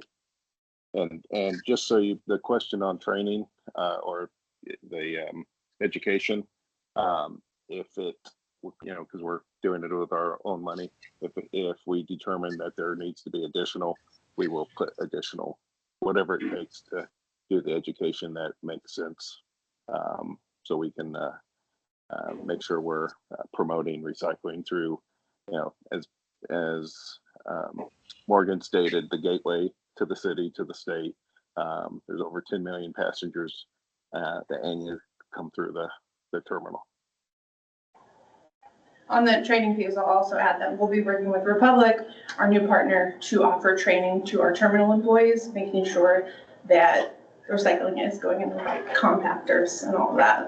There's many pieces of education along the way. Thank you. I wondered that, I was going to ask that very question. Thank you. So with that, to Morgan's point, I need to recuse myself on the airport authority too, so. Thank you, Craig. I have another question. So the clarification that this will not just be inside the terminal, which is what I was visualizing, but the parking areas, I think that's also really helpful. Because I was like, that's a lot of bins. I spend way too much time in the airport, and so I probably know them all by heart. But yeah, understanding that they're going to be additional out in the parking areas, which I've also traversed. So you also, are you going to experience a need for additional labor to empty all the additional bins? That was a good question. No, we are not. I mean, our current terminal services and maintenance, depending if you're in the building or, you know, out in the parking lot, they go to the areas where we're wanting to install them now. So it will just be a segregated, when they collect, it'll be segregated and they'll do it at the same time. So we do not anticipate additional need for workforce. Thank you. I was going to call out, we have a separate line item for receptacles with rain hat. Those will be in the areas that do not have a covered parking. I noticed on an airplane last week that they collected trash recycling separate. Did you get that from the planes for those airlines that collect the recycling separately? Todd, I think you could speak to this a little bit more clearly than I could. Yeah, so could you repeat? I could barely hear that question. Our airline partners, how do we collect the trash and recycling from them? Yeah, so how within the terminal, the airport authority manages both waste and recycling for the terminal airline partners, tenants. We have over 100 business partners on property that that will utilize the infrastructure that we currently have in place. And again, we're working to continue to improve the signage of the back, what we call the back of the house, which is not part of this grant request. And then obviously with the new containers, we'll have education on the front end, both from a passenger standpoint and from a tenant perspective that might utilize those cans as well. But So as long as they're recycling on the lanes from the passengers, yes. Okay, thank you. yeah, so we recently, just for back of the house infrastructure, we recently just redid the with the changing of the service. Recently redid the all the compactors that handles both waste and recycling in each of the rooms. There's at least one compactor that's handling the recycling, one compactor that's handling the waste out on the dock. We have 4 out there, and there's 2 and 2 related to that. So we've got the infrastructure on the back end working to get the front end and really promote and move the program forward to where it should be. And I just wanted to point out something to the board that Morgan mentioned offhandedly. They did get some grant funding from the Community Recycling Grant Program from ITEM to start this process. Do you want to speak on like how many and where you guys are with that? Sure. Todd, forgive me, is it 60 bags? Yeah, so we did buy 60 containers. We were late in getting the final execution, just happened in the spring. So we have went through selection, which, you know, obviously we've been through that process. So if we are successful in your consideration with this, we won't have any procurement delay other than making, you know, the purchase once we can. And then the lead time is we're looking at about 8 to 12 weeks is what the lead time is on those. So we are due to receive the first 60 hopefully before end of year. We're right in that time frame. I think it'll be an effective 2-phase rollout. First our concourses and then the rest of the campus kind of makes sense.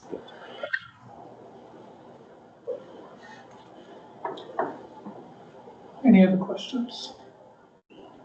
I guess a comment, I'm kind of bothered. First off, the airport is a class act.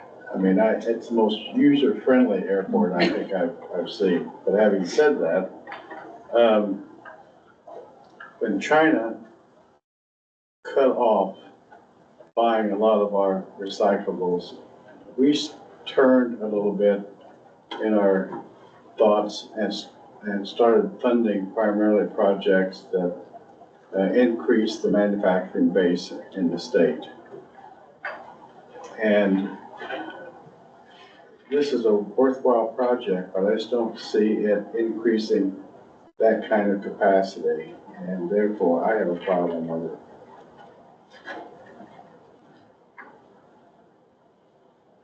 I'm not sure I understand your comment in its entirety. It doesn't have. Well, most of the monies we have allocated have gone to companies that are manufacturing a product. Correct. And I don't see that in this particular case. It's good to collect more recyclables, but I'm not saying it increasing our industrial base.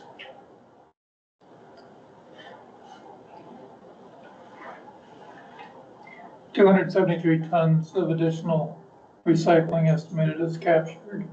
And I understand your concern, Terry. I'm not arguing with you. That was the reason for my question with regard to their education component. Because you can put all the cans in the world out there that you want. And if you don't educate people on recycling, they're not going to use them. And it's the most frustrating thing in the world. And I think we all share in that concern.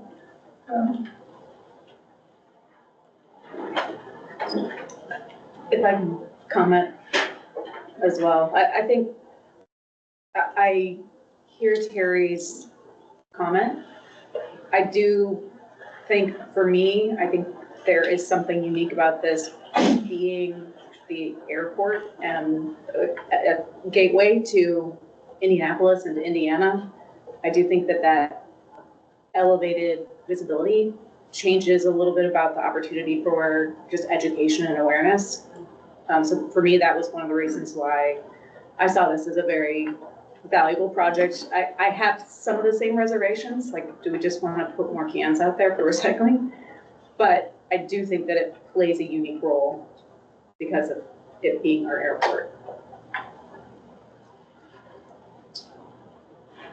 I kind of had a little bit of the same thought myself, Kelly, because if the airport takes the lead in the Indianapolis area to recycle, at some point in time, the city's gonna have to get on board. And if you can commit to me that you guys will take that lead and lay down that challenge, I would support it, even though it's only 275 tons. Sure. Yeah, so I will make that commitment, and I can tell you that I have conversations all the way up to our executive director, and he's constantly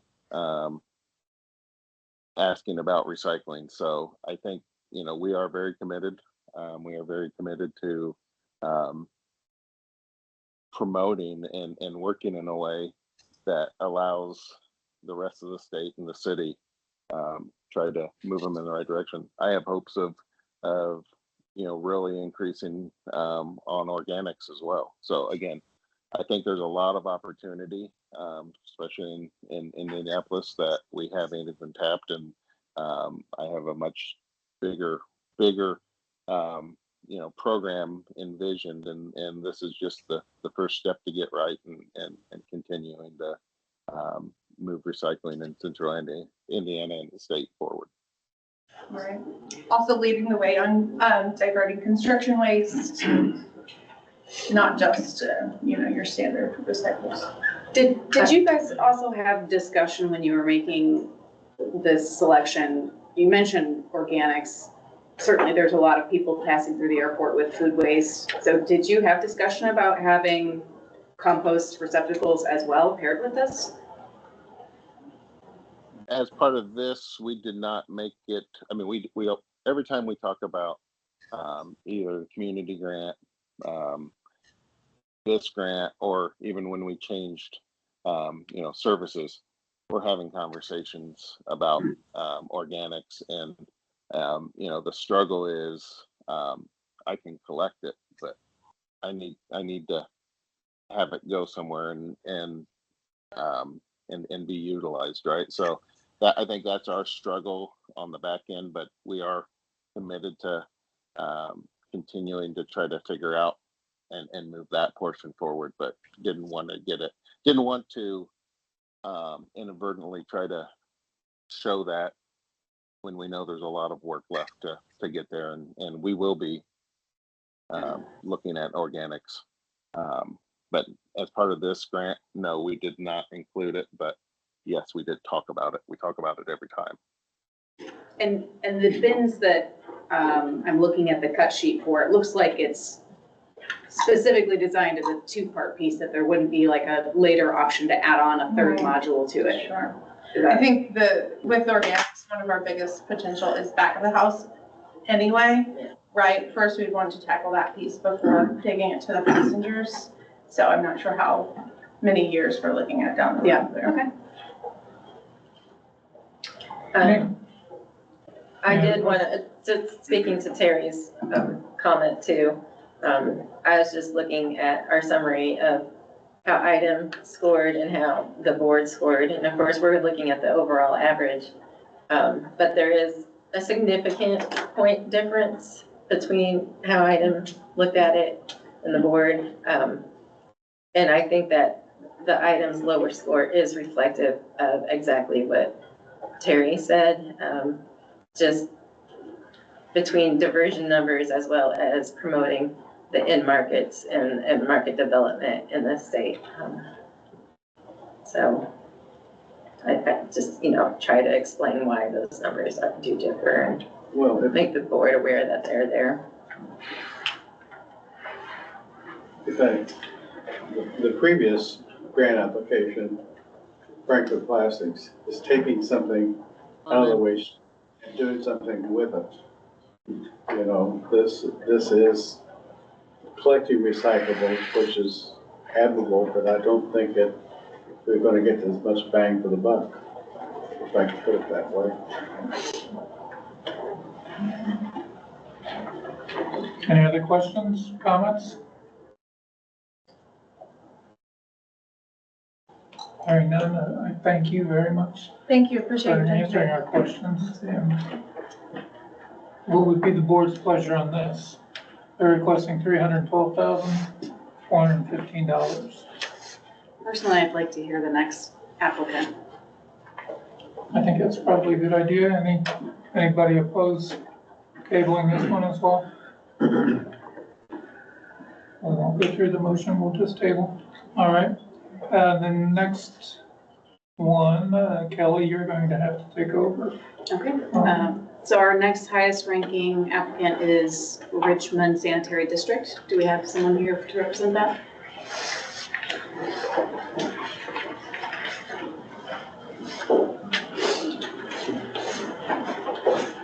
And if you could state your name and then just give us a brief description of your project.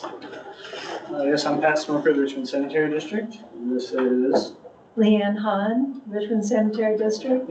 Pat is our director, and I am the environmental coordinator. So the Richmond Sanitary District currently has a recycling program. One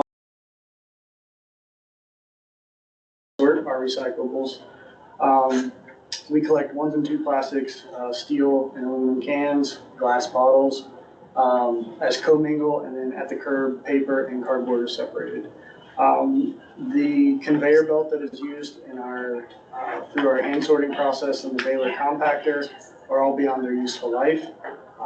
As we move forward with purchasing new equipment, our goal is to move away from hand sorting to then send that co-mingle off to a facility to auto sort. And then I can use my staff and the trucks that are parked during that week that we're currently hand sorting to go out and collect more recyclables throughout the community. Primarily, we're going to focus first on the sanitary district itself. We did a waste audit last year and still found about 20% recyclables still in trash. So we know there's a lot of growth there. And then there are several neighboring small towns within the county that do not have any recycling programs at all. Our goal would be to then use our infrastructure to go out to them and offer curbside recycling for those communities as well. That is our project in the overview. We would grow. Yeah, we operate our own landfill, municipal landfill, and those surrounding communities, most of their trash does come to our landfill. We would with this as well. Our conveyor system only has so many allotted cages for hand sorting. I said we do 1s and 2 plastics. This would allow us to grow 3 through 7s as well. And one of the big components for this would also be sort of rebranding and marketing as we reached out, as we're changing products that we're collecting. We'd be altering routes. We'd be going into communities where there isn't established recycling programs, so a lot of it is public education and outreach as well. Thank you. Do we have questions from the board? How's the district funded? The landfill itself is funded through user fees, but our trash and recycling is done through tax dollars. And this is not a solid waste management district. This is not county. This is city of.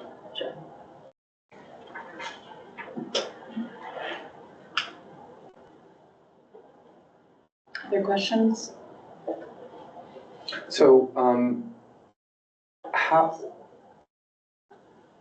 going out to the residents, to the new residents, how will they put their recyclables? Are you offering carts? Are you offering the 18-gallon bins for them, or how are they collected to get into the trucks, the city trucks? We will supply the cans that we use within the Richmond Sanitary District, so it's, I think 64 and 96 gallon containers, we have both sides. So you have those already, and that's not in this? It's not part of the grant. Okay. And you have enough of those to go out? I mean, we purchase new ones every year, right? And we kind of factor that into the overall budget to acquire those as those come on board.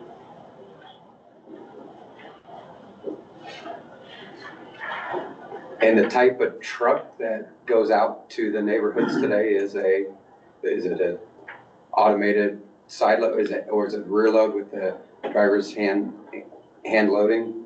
So it's not quite fully automated. The driver gets out and pulls the can to the arm, and then the arm grabs it and dumps it. But it is a split body, so like paper is bundled and placed on top of the container. So one side of the truck takes that paper waste, and the other side gets the dumped commingled waste into it.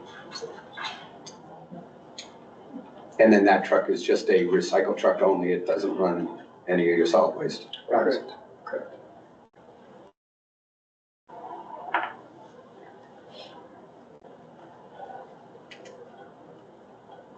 Other questions from the board? Okay, thank you for your presentation.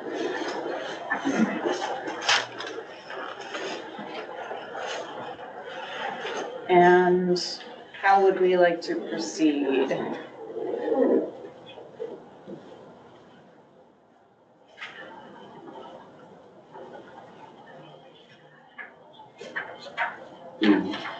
Are there other applicants that we would like to hear from, or would we like to go back and revisit the previous three that we have not had a motion on?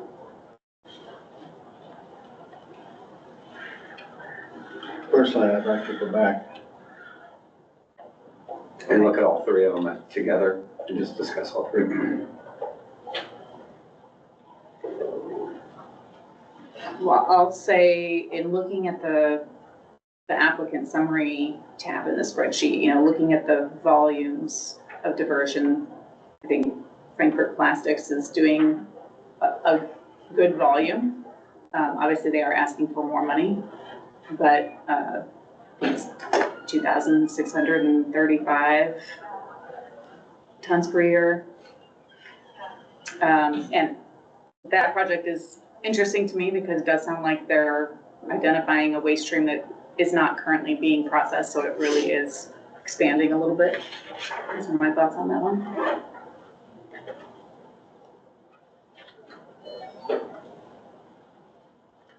I would second those comments. I think Frankfurt Plastics is a little bit innovative, and I like that.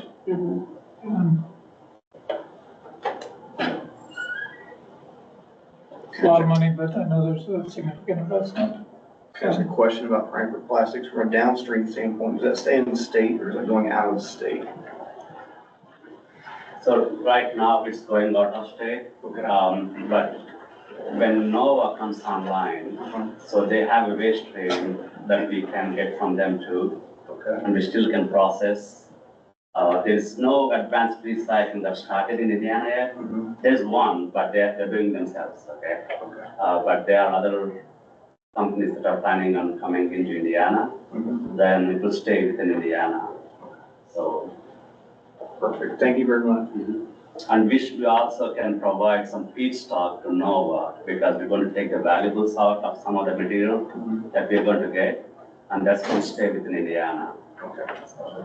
Perfect. Thank you very much. And adding one more there, Republic Blue Polymers, some other waste stream also might end up with us that we can process too. So.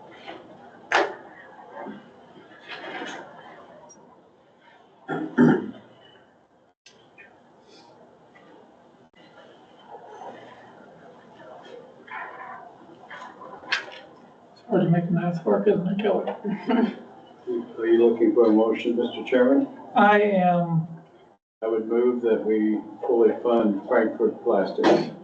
I have a motion to fund Frankfurt Plastics for $500,000. Do we have a second? I'll second. Second by Mr. Noonan. Any discussion? Hearing none, we'll take a roll call vote. Ms. Weider, Yes. Ms. Lester Henry, Yes. Mr. Guerin, Yes. Andrew, yeah, you can vote on this. Yeah. Mr. Noonan, Yep. Ms. Whitehead, Yes. Mr. Gratz, Yes. Mr. Lutz, I've recused. you're recused. Ms. Hackman, Yes. I will vote yes as well. With that said, motion carries unanimously. Congratulations.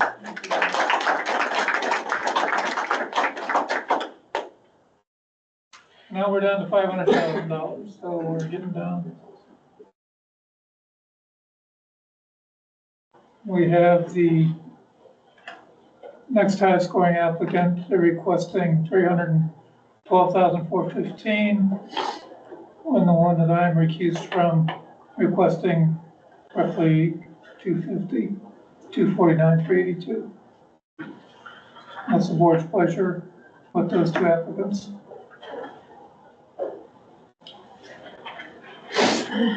I guess I have a thought. Could we now hear the next highest applicant and then make a decision with those three? Our next highest applicant is Purdue University. They want to purchase a tractor and a turner for their composting operation. Is there anyone here from Purdue University? Oh, yes, they had to be online. Okay. I see a hand, right? Go ahead and unmute yourself. Okay, great. So Patrick Brown, Purdue University Sustainability Manager. So Purdue University Administrative Operations is applying for funding to purchase a tractor and windrow turner that will be used for composting operations and will help with increasing diversion of organic material from the landfill, reduce cost of waste management operations, and support a circular economy through the sale and use of the composted material. We are requesting $69,080, which is a little different than what's shown, I believe, on the form for the state award match for a total purchase price of $138,160. So our existing yard waste composting program is managed and operated by our grounds department. It has been very successful, running for over a decade, and diverts around 2,000 tons of organic waste annually.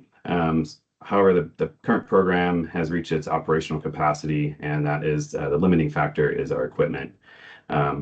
So we are currently sending additional organic waste streams away, and those are going to the landfill right now. And one specifically is our College of Vet Medicine is generating around 240 tons of animal bedding per year, and that is going straight to the landfill as of July 1st this year. So the purchase of the appropriate tractor and turner, which was specified in this funding request, will help increase the efficiency of our campus compost operations, allowing for a larger quantity and then a variety of organic waste streams, so including that animal bedding.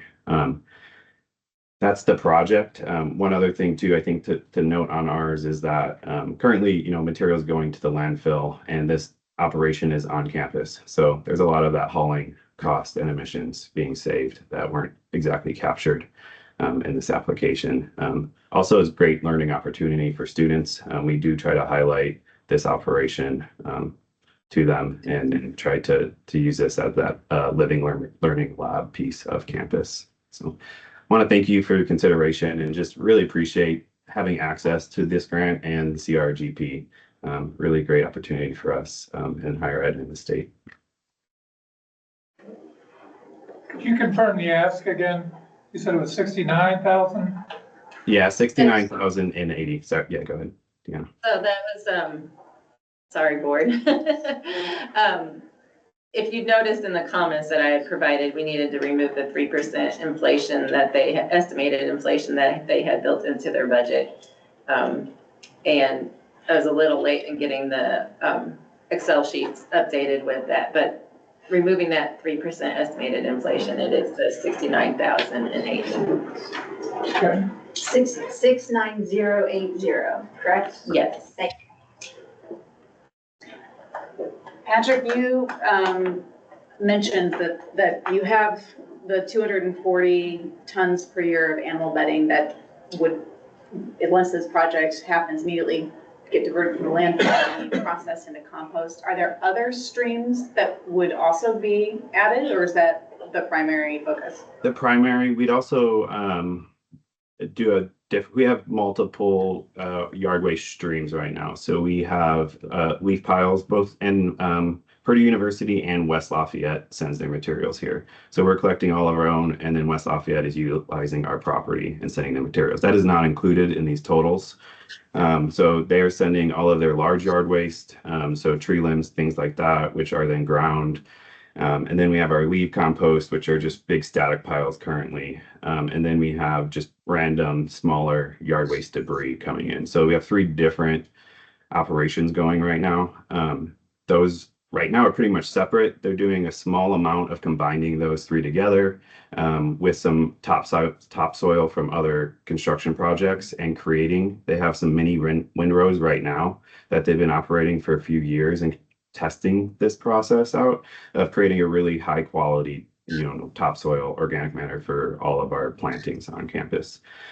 So what this will do is be able to increase all of those streams coming together. So we will be bringing the mulch, bring the leaf, bring just the random smaller yard waste, and then add this animal bedding into that mix. There are some other streams in our different operational, mostly on our ag school side, that we aren't capturing and bringing to this location right now that could be added. We don't have any quantification on what those would be currently. One thing we cannot add at this time is food waste, though. Food waste, due to the proximity of the airport to this, we are really concerned with bringing animals and birds to these piles, so we're keeping those separate. Our food waste back of house right now from all our dining courts is currently going to the West Lafayette anaerobic digester, and that's around 250,000 pounds per year on average. Thank you. And what do you do with the compost once it's generated? So most of this compost right now is being used as topsoil for construction projects and then for annual plantings. There is additional sources that get sold. So construction projects that aren't being managed directly through the university, that the bigger capital projects, some of this topsoil is being sold to the contractors for use on campus. And then I believe also the city is taking some of this as well. So really trying to keep it local and going back into the local economy / the ecosystem. Got it. Thank you.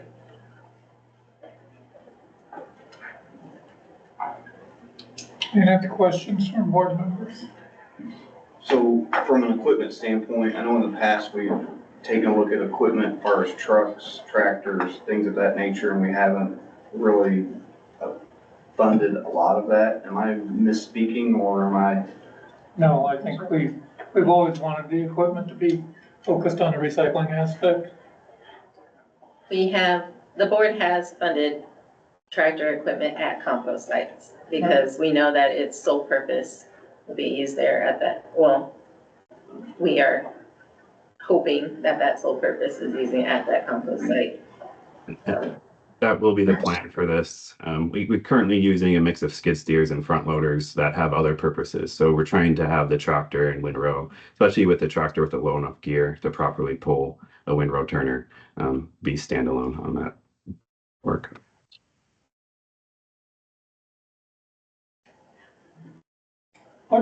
I'm sorry, I don't have access to my computer's kind of a health problem today. So if you could explain what type of tractor was in your request? I don't remember. I'd have to pull that up in a second. This, was specified from our grounds department more than from me. It's a smaller tractor size that does have that low gear to be able to actually properly pull the windrow. Thank you, Deanna. Yeah. So yeah, Let's see here. It might just be mostly Aeromaster PT 120, whatever that means. Yeah. Not familiar with that one. yeah. I believe it's a Case IH, or, smaller size tractor. I say that because I used to manage a compost facility. Obviously, we used a normal scarab to turn windrows, and just have to be careful with them once they get too warm. I'm sure you're composting already, and you know that. But as you expand, you have to have the equipment capable of responding quickly if needed. So, if you're gonna put 25 windrows of material out there, you're gonna need the equipment to be able to turn it timely. Correct. And I know the plan was to have, I don't know if we was in, do some kind of water system. I think we're going to be partially in-house on that. Our staff on that side is, some of them are already trained in compost operations, and the plan was to send more of them to compost training, if this was to happen. Good, thank you. Deanna's been able to pull up some. Well, that's requirements for the This is for. Airmaster, that's for this is the, For a turner, That's for not for turner. a tractor, right? correct, but that has Yeah. tractor requirements, hopefully they're getting one that has that Right. requirement. So that's, and then this must be the.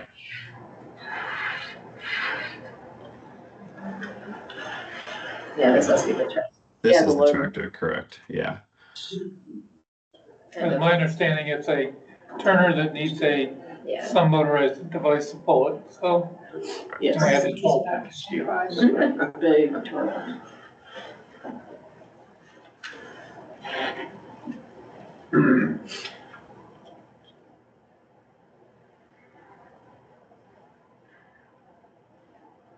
You said we're looking initially at about 200 tons additional diversion.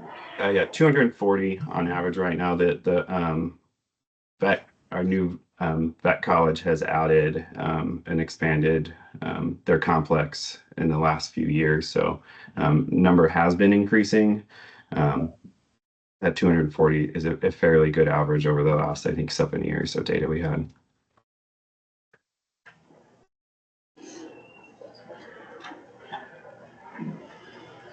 Any other questions? Well, thank you very much for answering our questions. We'll see what the board's pleasure is. Thank you.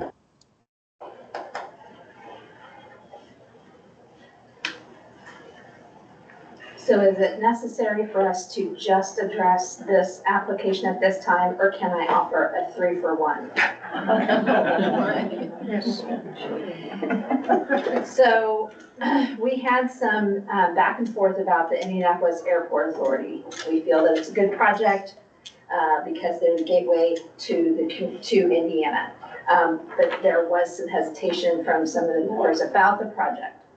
So, and we really didn't discuss Richmond Sanitary District, right? We really didn't talk about it, but I feel it's a worthy project.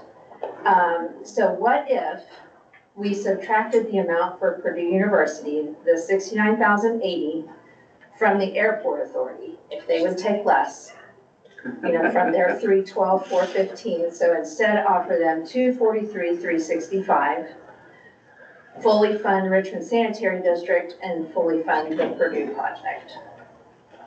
The number was 243, 345. And maybe it could even, yes, 243, 365, but maybe it could even be different because honestly, I didn't add that up to $1 million. But I was just thinking, how could we fund these 3 projects? Well, maybe I'll ask the Airport Authority if they're able to proceed forward with their project with a little less funds. If Todd's still out, I'll let him chime in as well. We did discuss this, that we would likely need to just purchase fewer bins. Yeah, so I would agree that we are definitely willing to take less. Obviously, We'll have to strategically, make it, again, I think we're willing to do a little bit more than the 50-50. But we'll have to, as long as there's some agreement that there could be a few less cans, and then we'll, we can turn around and budget that, try to budget that, and or seek another community grant next year to capture the rest of them. I mean, I'm comfortable with taking less, just as long as you guys don't say you have to hold the 180 containers. All right. Thank you very much. Sandy, I just wanted to clarify, because I think you and I were thinking similar, but I took a slightly different approach, so my numbers are a little bit different. And so the way you proposed it, Purdue would be fully funded, but both Indianapolis and Richmond would be reduced, because we only have 500,000 left. Oh, we only have 500,000. Yes. So I'm sorry. So I did the math a slightly different way, and I said, what if we look at our 500,000 remaining, fully fund Purdue, fully fund Richmond, and the remainder goes to the Indianapolis airport, which would be 180,000 more or less? Yeah, be 181, 538. That sounds good. I don't know why I forgot that we funded Frankfurt Plastics, so I apologize. But yes, same train of thought. And partly, again, it's not that there's so many worthy projects, but that one versus like, you can't get 3/4 of a tractor, it's a little bit easier to, prorate that, so to speak. Any other comments from the board on that scenario? I can make a motion If you would, please. can I roll it all up in one? I think so. If Okay. it's acceptable to the applicant. To fully fund Purdue University, to fully fund Richmond Sanitary District, and for the remainder to go to the Indianapolis Airport Authority. We have a motion to fully fund Richmond Sanitary District, Purdue University, and the balance remaining to the Indianapolis Airport Authority. Do we have a second? I second that.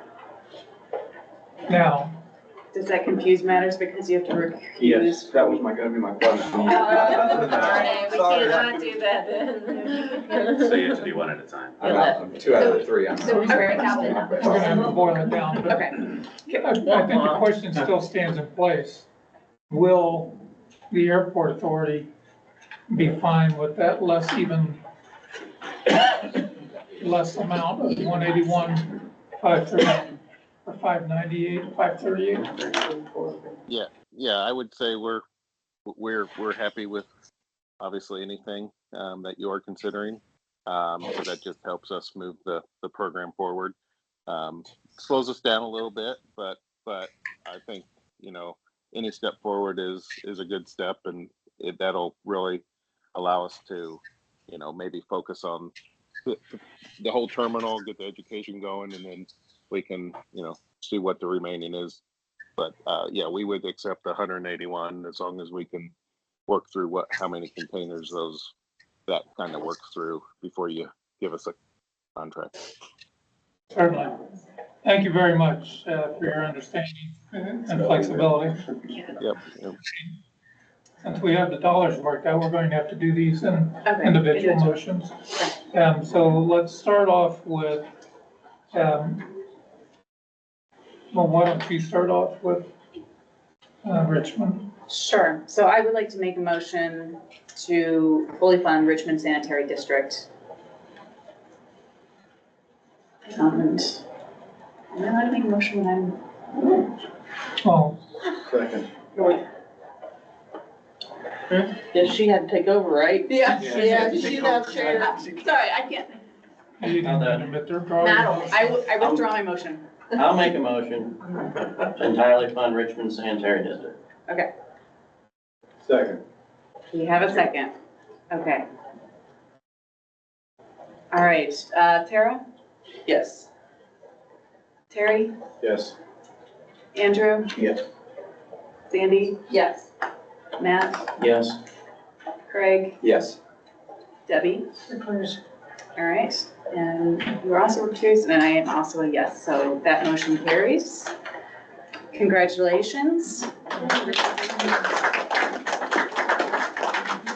And I will pass it back to our faithful leader, Bruce.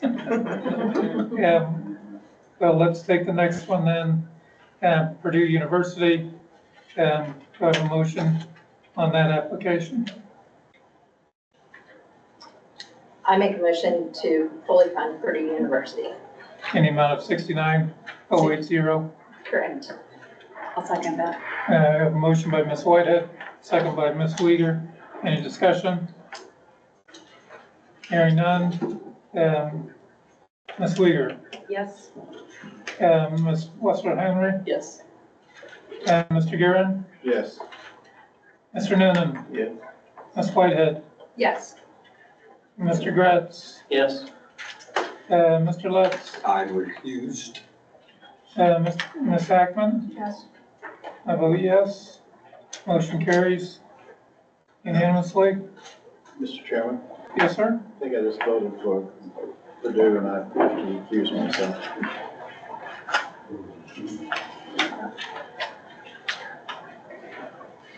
Terry, you have a whole list of recusals on here.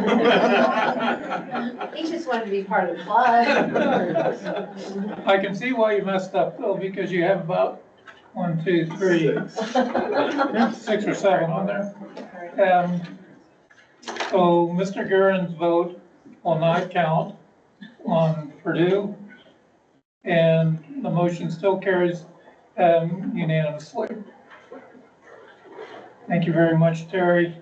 Thank you, board members. Congratulations to Purdue for that. We have the balance of monies in a total of 181,538. Is that correct? 181,538, yes. I'd like to make a motion.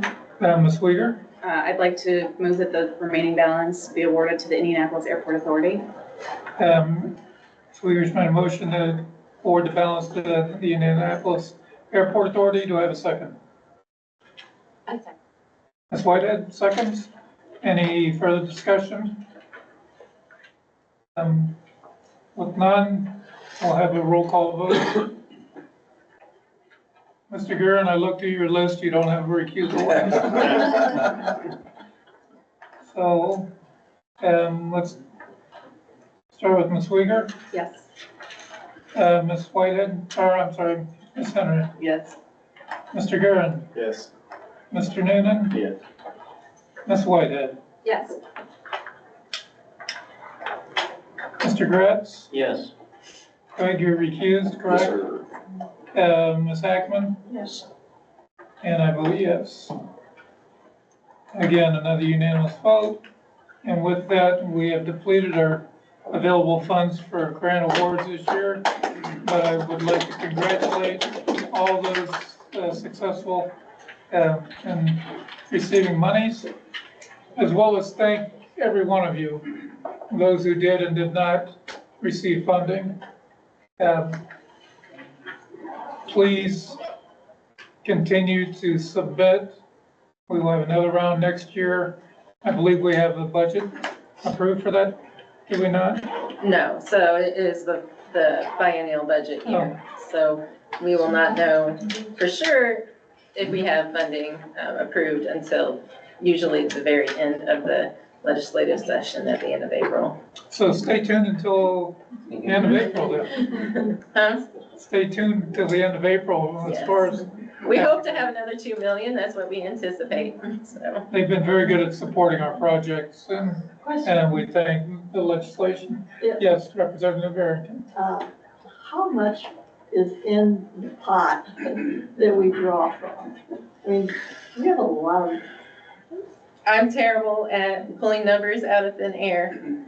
And I can actually, we just did have the reports. Let me pull it up before I throw a number. Was it removed? Yeah, I took it out.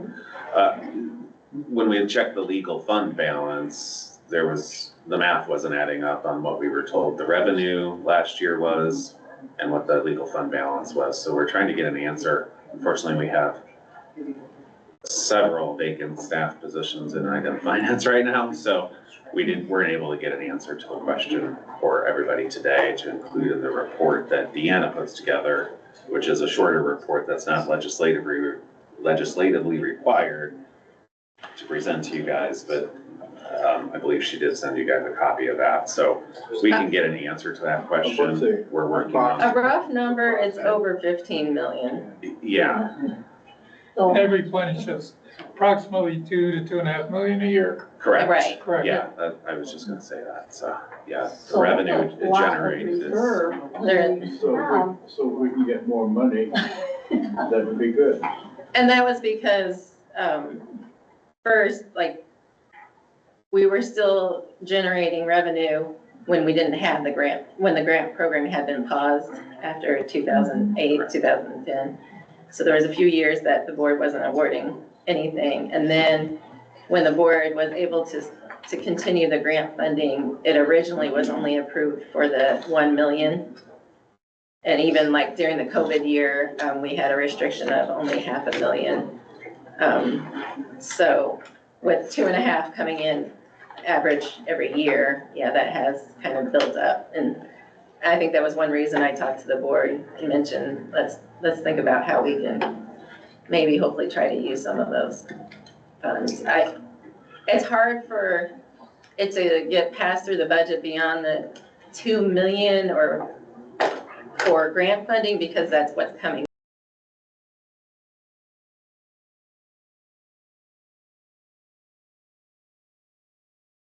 And we got what we do as an agency to supply to the governor's office, supply to the state budget agency for the budgeting process that you guys will enter into here in January.